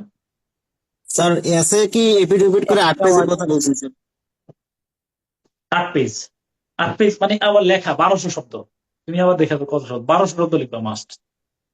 এটাই হলো কথা। তো ইনশাআল্লাহ আর একটা বিষয় হচ্ছে স্যার, যখন ওই আপনি তো স্যার ইন্ট্রোডাকশন আর এই শেষে যে কনক্লুশন, এই দুটো তো স্যার মানে লিখতে বলেন নাই, আর বাকিগুলো তো স্যার টপিক দিতে বলছিলেন। এখন আরেকটা বিষয় পয়েন্টার হচ্ছে না স্যার, লিখবা, মানে ইন্ট্রোডাকশন স্যার লেখা, রচনা লেখা দরকার নেই। প্রথমে যদি কোটেশন দিয়ে শুরু করে স্যার দাও তখন হয়ে গেছে। স্যার ওই স্যার এসে যখন পয়েন্টের নামটা মানে যখন লিখবো কোনো বই থেকে স্যার, পড়তে যাচ্ছি হুম, তখন মানে মানে সময় তো কম, কিন্তু মুখস্থ তো হয় না স্যার, মানে মুখস্থ করার দরকার নেই আপাতত। আপাতত you should clear the concept. তুমি এটা ইয়া করো, মানে ধরো আমি বুঝি, আমি এই টপিকটারে বুঝাইতে পারবো। ওই যে বললাম না, কারোর সাথে শেয়ার করে তুমি আগে মুখে মুখে আনো, ইংলিশে ট্রান্সলেট করে ফেলতে পারবা। আপাতত ইংলিশ দরকার নেই, বাংলায় আগে করো, বাংলায় টপিক গুলো ক্লিয়ার করো। হ্যাঁ, স্যার তাহলে হয়ে যাবে। পেজের প্রথমে, স্যার পেজের প্রথমে যদি আমরা একটা টপিক দিই, যে মনে করেন স্যার ওই পেজটা লেখা মানে পুরোটা শেষ করলাম, এর পরের পেজে গিয়ে পরের পেজের 2/3 লেখা শেষ করলাম করে বাকি অংশটুকু যে বাকি আছে, মনে করেন স্যার আমার ওই টপিকের লেখা শেষ, তাহলে কি আমি নিচ থেকে আবার নতুন টপিকটা শুরু করবো, মানে প্যারাটা স্যার, নাকি পরের পেজে যাবো, নতুন পেজে যাবো? এগুলো সমস্যা নেই, এগুলো ইটস নাথিং, কিচ্ছু না এগুলা। তুমি দেখবে তো স্যার পরীক্ষার খাতা লম্বা খাতা দেওয়া হয়, এগুলো কোনো সমস্যা নেই। স্যার আমার তুমি একটা কোশ্চেন ছিল। এগুলা তো মানে মোটামুটি যেন ওয়েল ডেকোরেটেড, বিশ্রী ভাবে, নিচে এমন বেশি ক্যাপ রেখো না যেটাতে ইয়েতে, তবে ধারাবাহিক সুন্দর করে লেখো। লেখার উপরে যেন স্যার মহিউদ্দিন স্যার আমার বলছিল যে তোমার লেখাই আমার নাম্বার, তোমার লেখার মধ্যে যদি আমি নতুন কিছু পাই তাহলে আমি তোমার ভালো নম্বর দেবো। ও স্যার বলছিল যে তুমি, আমি বলতে স্যার আমার একটা পরামর্শ দেন 34তম মহিউদ্দিন স্যারের। স্যার বলছিল যে তোমার লেখাটা আমি পড়বো কিনা এটা নিশ্চিত করো। স্যার বলছিল সব লেখা পড়তে হয় না, থাকবে নাম্বার দিয়ে দিলে হয়। তুমি যদি দেখি যে 80-85 পাইবা, মোটামুটি চোখ বলে ইয়ে করে ফেলছে, কিন্তু তুমি যদি দেখি যে 140 পাইবা, তখন লেখাটা আমার পড়তে হবে। ঠিক আছে? তো মানে স্যার যেন পড়েন এবং স্যারের জন্য ভালো লাগে, ওভার রাইটিং হবে না, বানান টান বলবে না, গ্রামাটিক্যাল মিস্টেক করবো না। ঠিক আছে? এই আর কি, স্যার ইনশাল্লাহ মানে প্রেজেন্টেশনটা খুব গুরুত্বপূর্ণ। পিএসসি তে একটা নিয়ম করছে যে এক এক কোশ্চেনের উত্তর এক একজন টিচার দেখবে স্যার, 46 থেকে এটা দেখলাম যে স্যার। সব টিচারই ধরো, আমি আবার বললাম টিচারদের মনোবৃত্তিটা এরকমই। ধরো তুমি গদ বাধা কিছু লিখছো, তার সময় নষ্ট করবে কি জন্য? মোটামুটি একটা অ্যাভারেজ নাম্বার দিয়ে গেছে। স্যারের দৃষ্টিটা আকর্ষণ করা। ঠিক আছে? খাতা তো তুমি দেখলে বুঝতে পারবা, যত মানে 15 জন দেখলে 15 জনের মানসিকতা একই রকম। যদি দেখে যে লেখাটা খুব সুন্দর পরিশীলিত, পেহেলে দর্শনদারি ফেরগুন বিচারি, আন্ডারস্ট্যান্ড? দেখে ভালো লাগতেছে, দেখবো যে এটা একটা পজিটিভ ইমপ্রেশন তৈরি হবে। বানান বল নাই, গ্রামাটিক্যাল কোনো মিস্টেক নাই, কাটাকাটি করো নাই, এগুলো পজিটিভ ইম্প্যাক্ট তৈরি করবে। কালকে দেখা হচ্ছে ইনশাল্লাহ। আসসালামু আলাইকুম। আল্লাহ হাফেজ। আসসালামু আলাইকুম স্যার।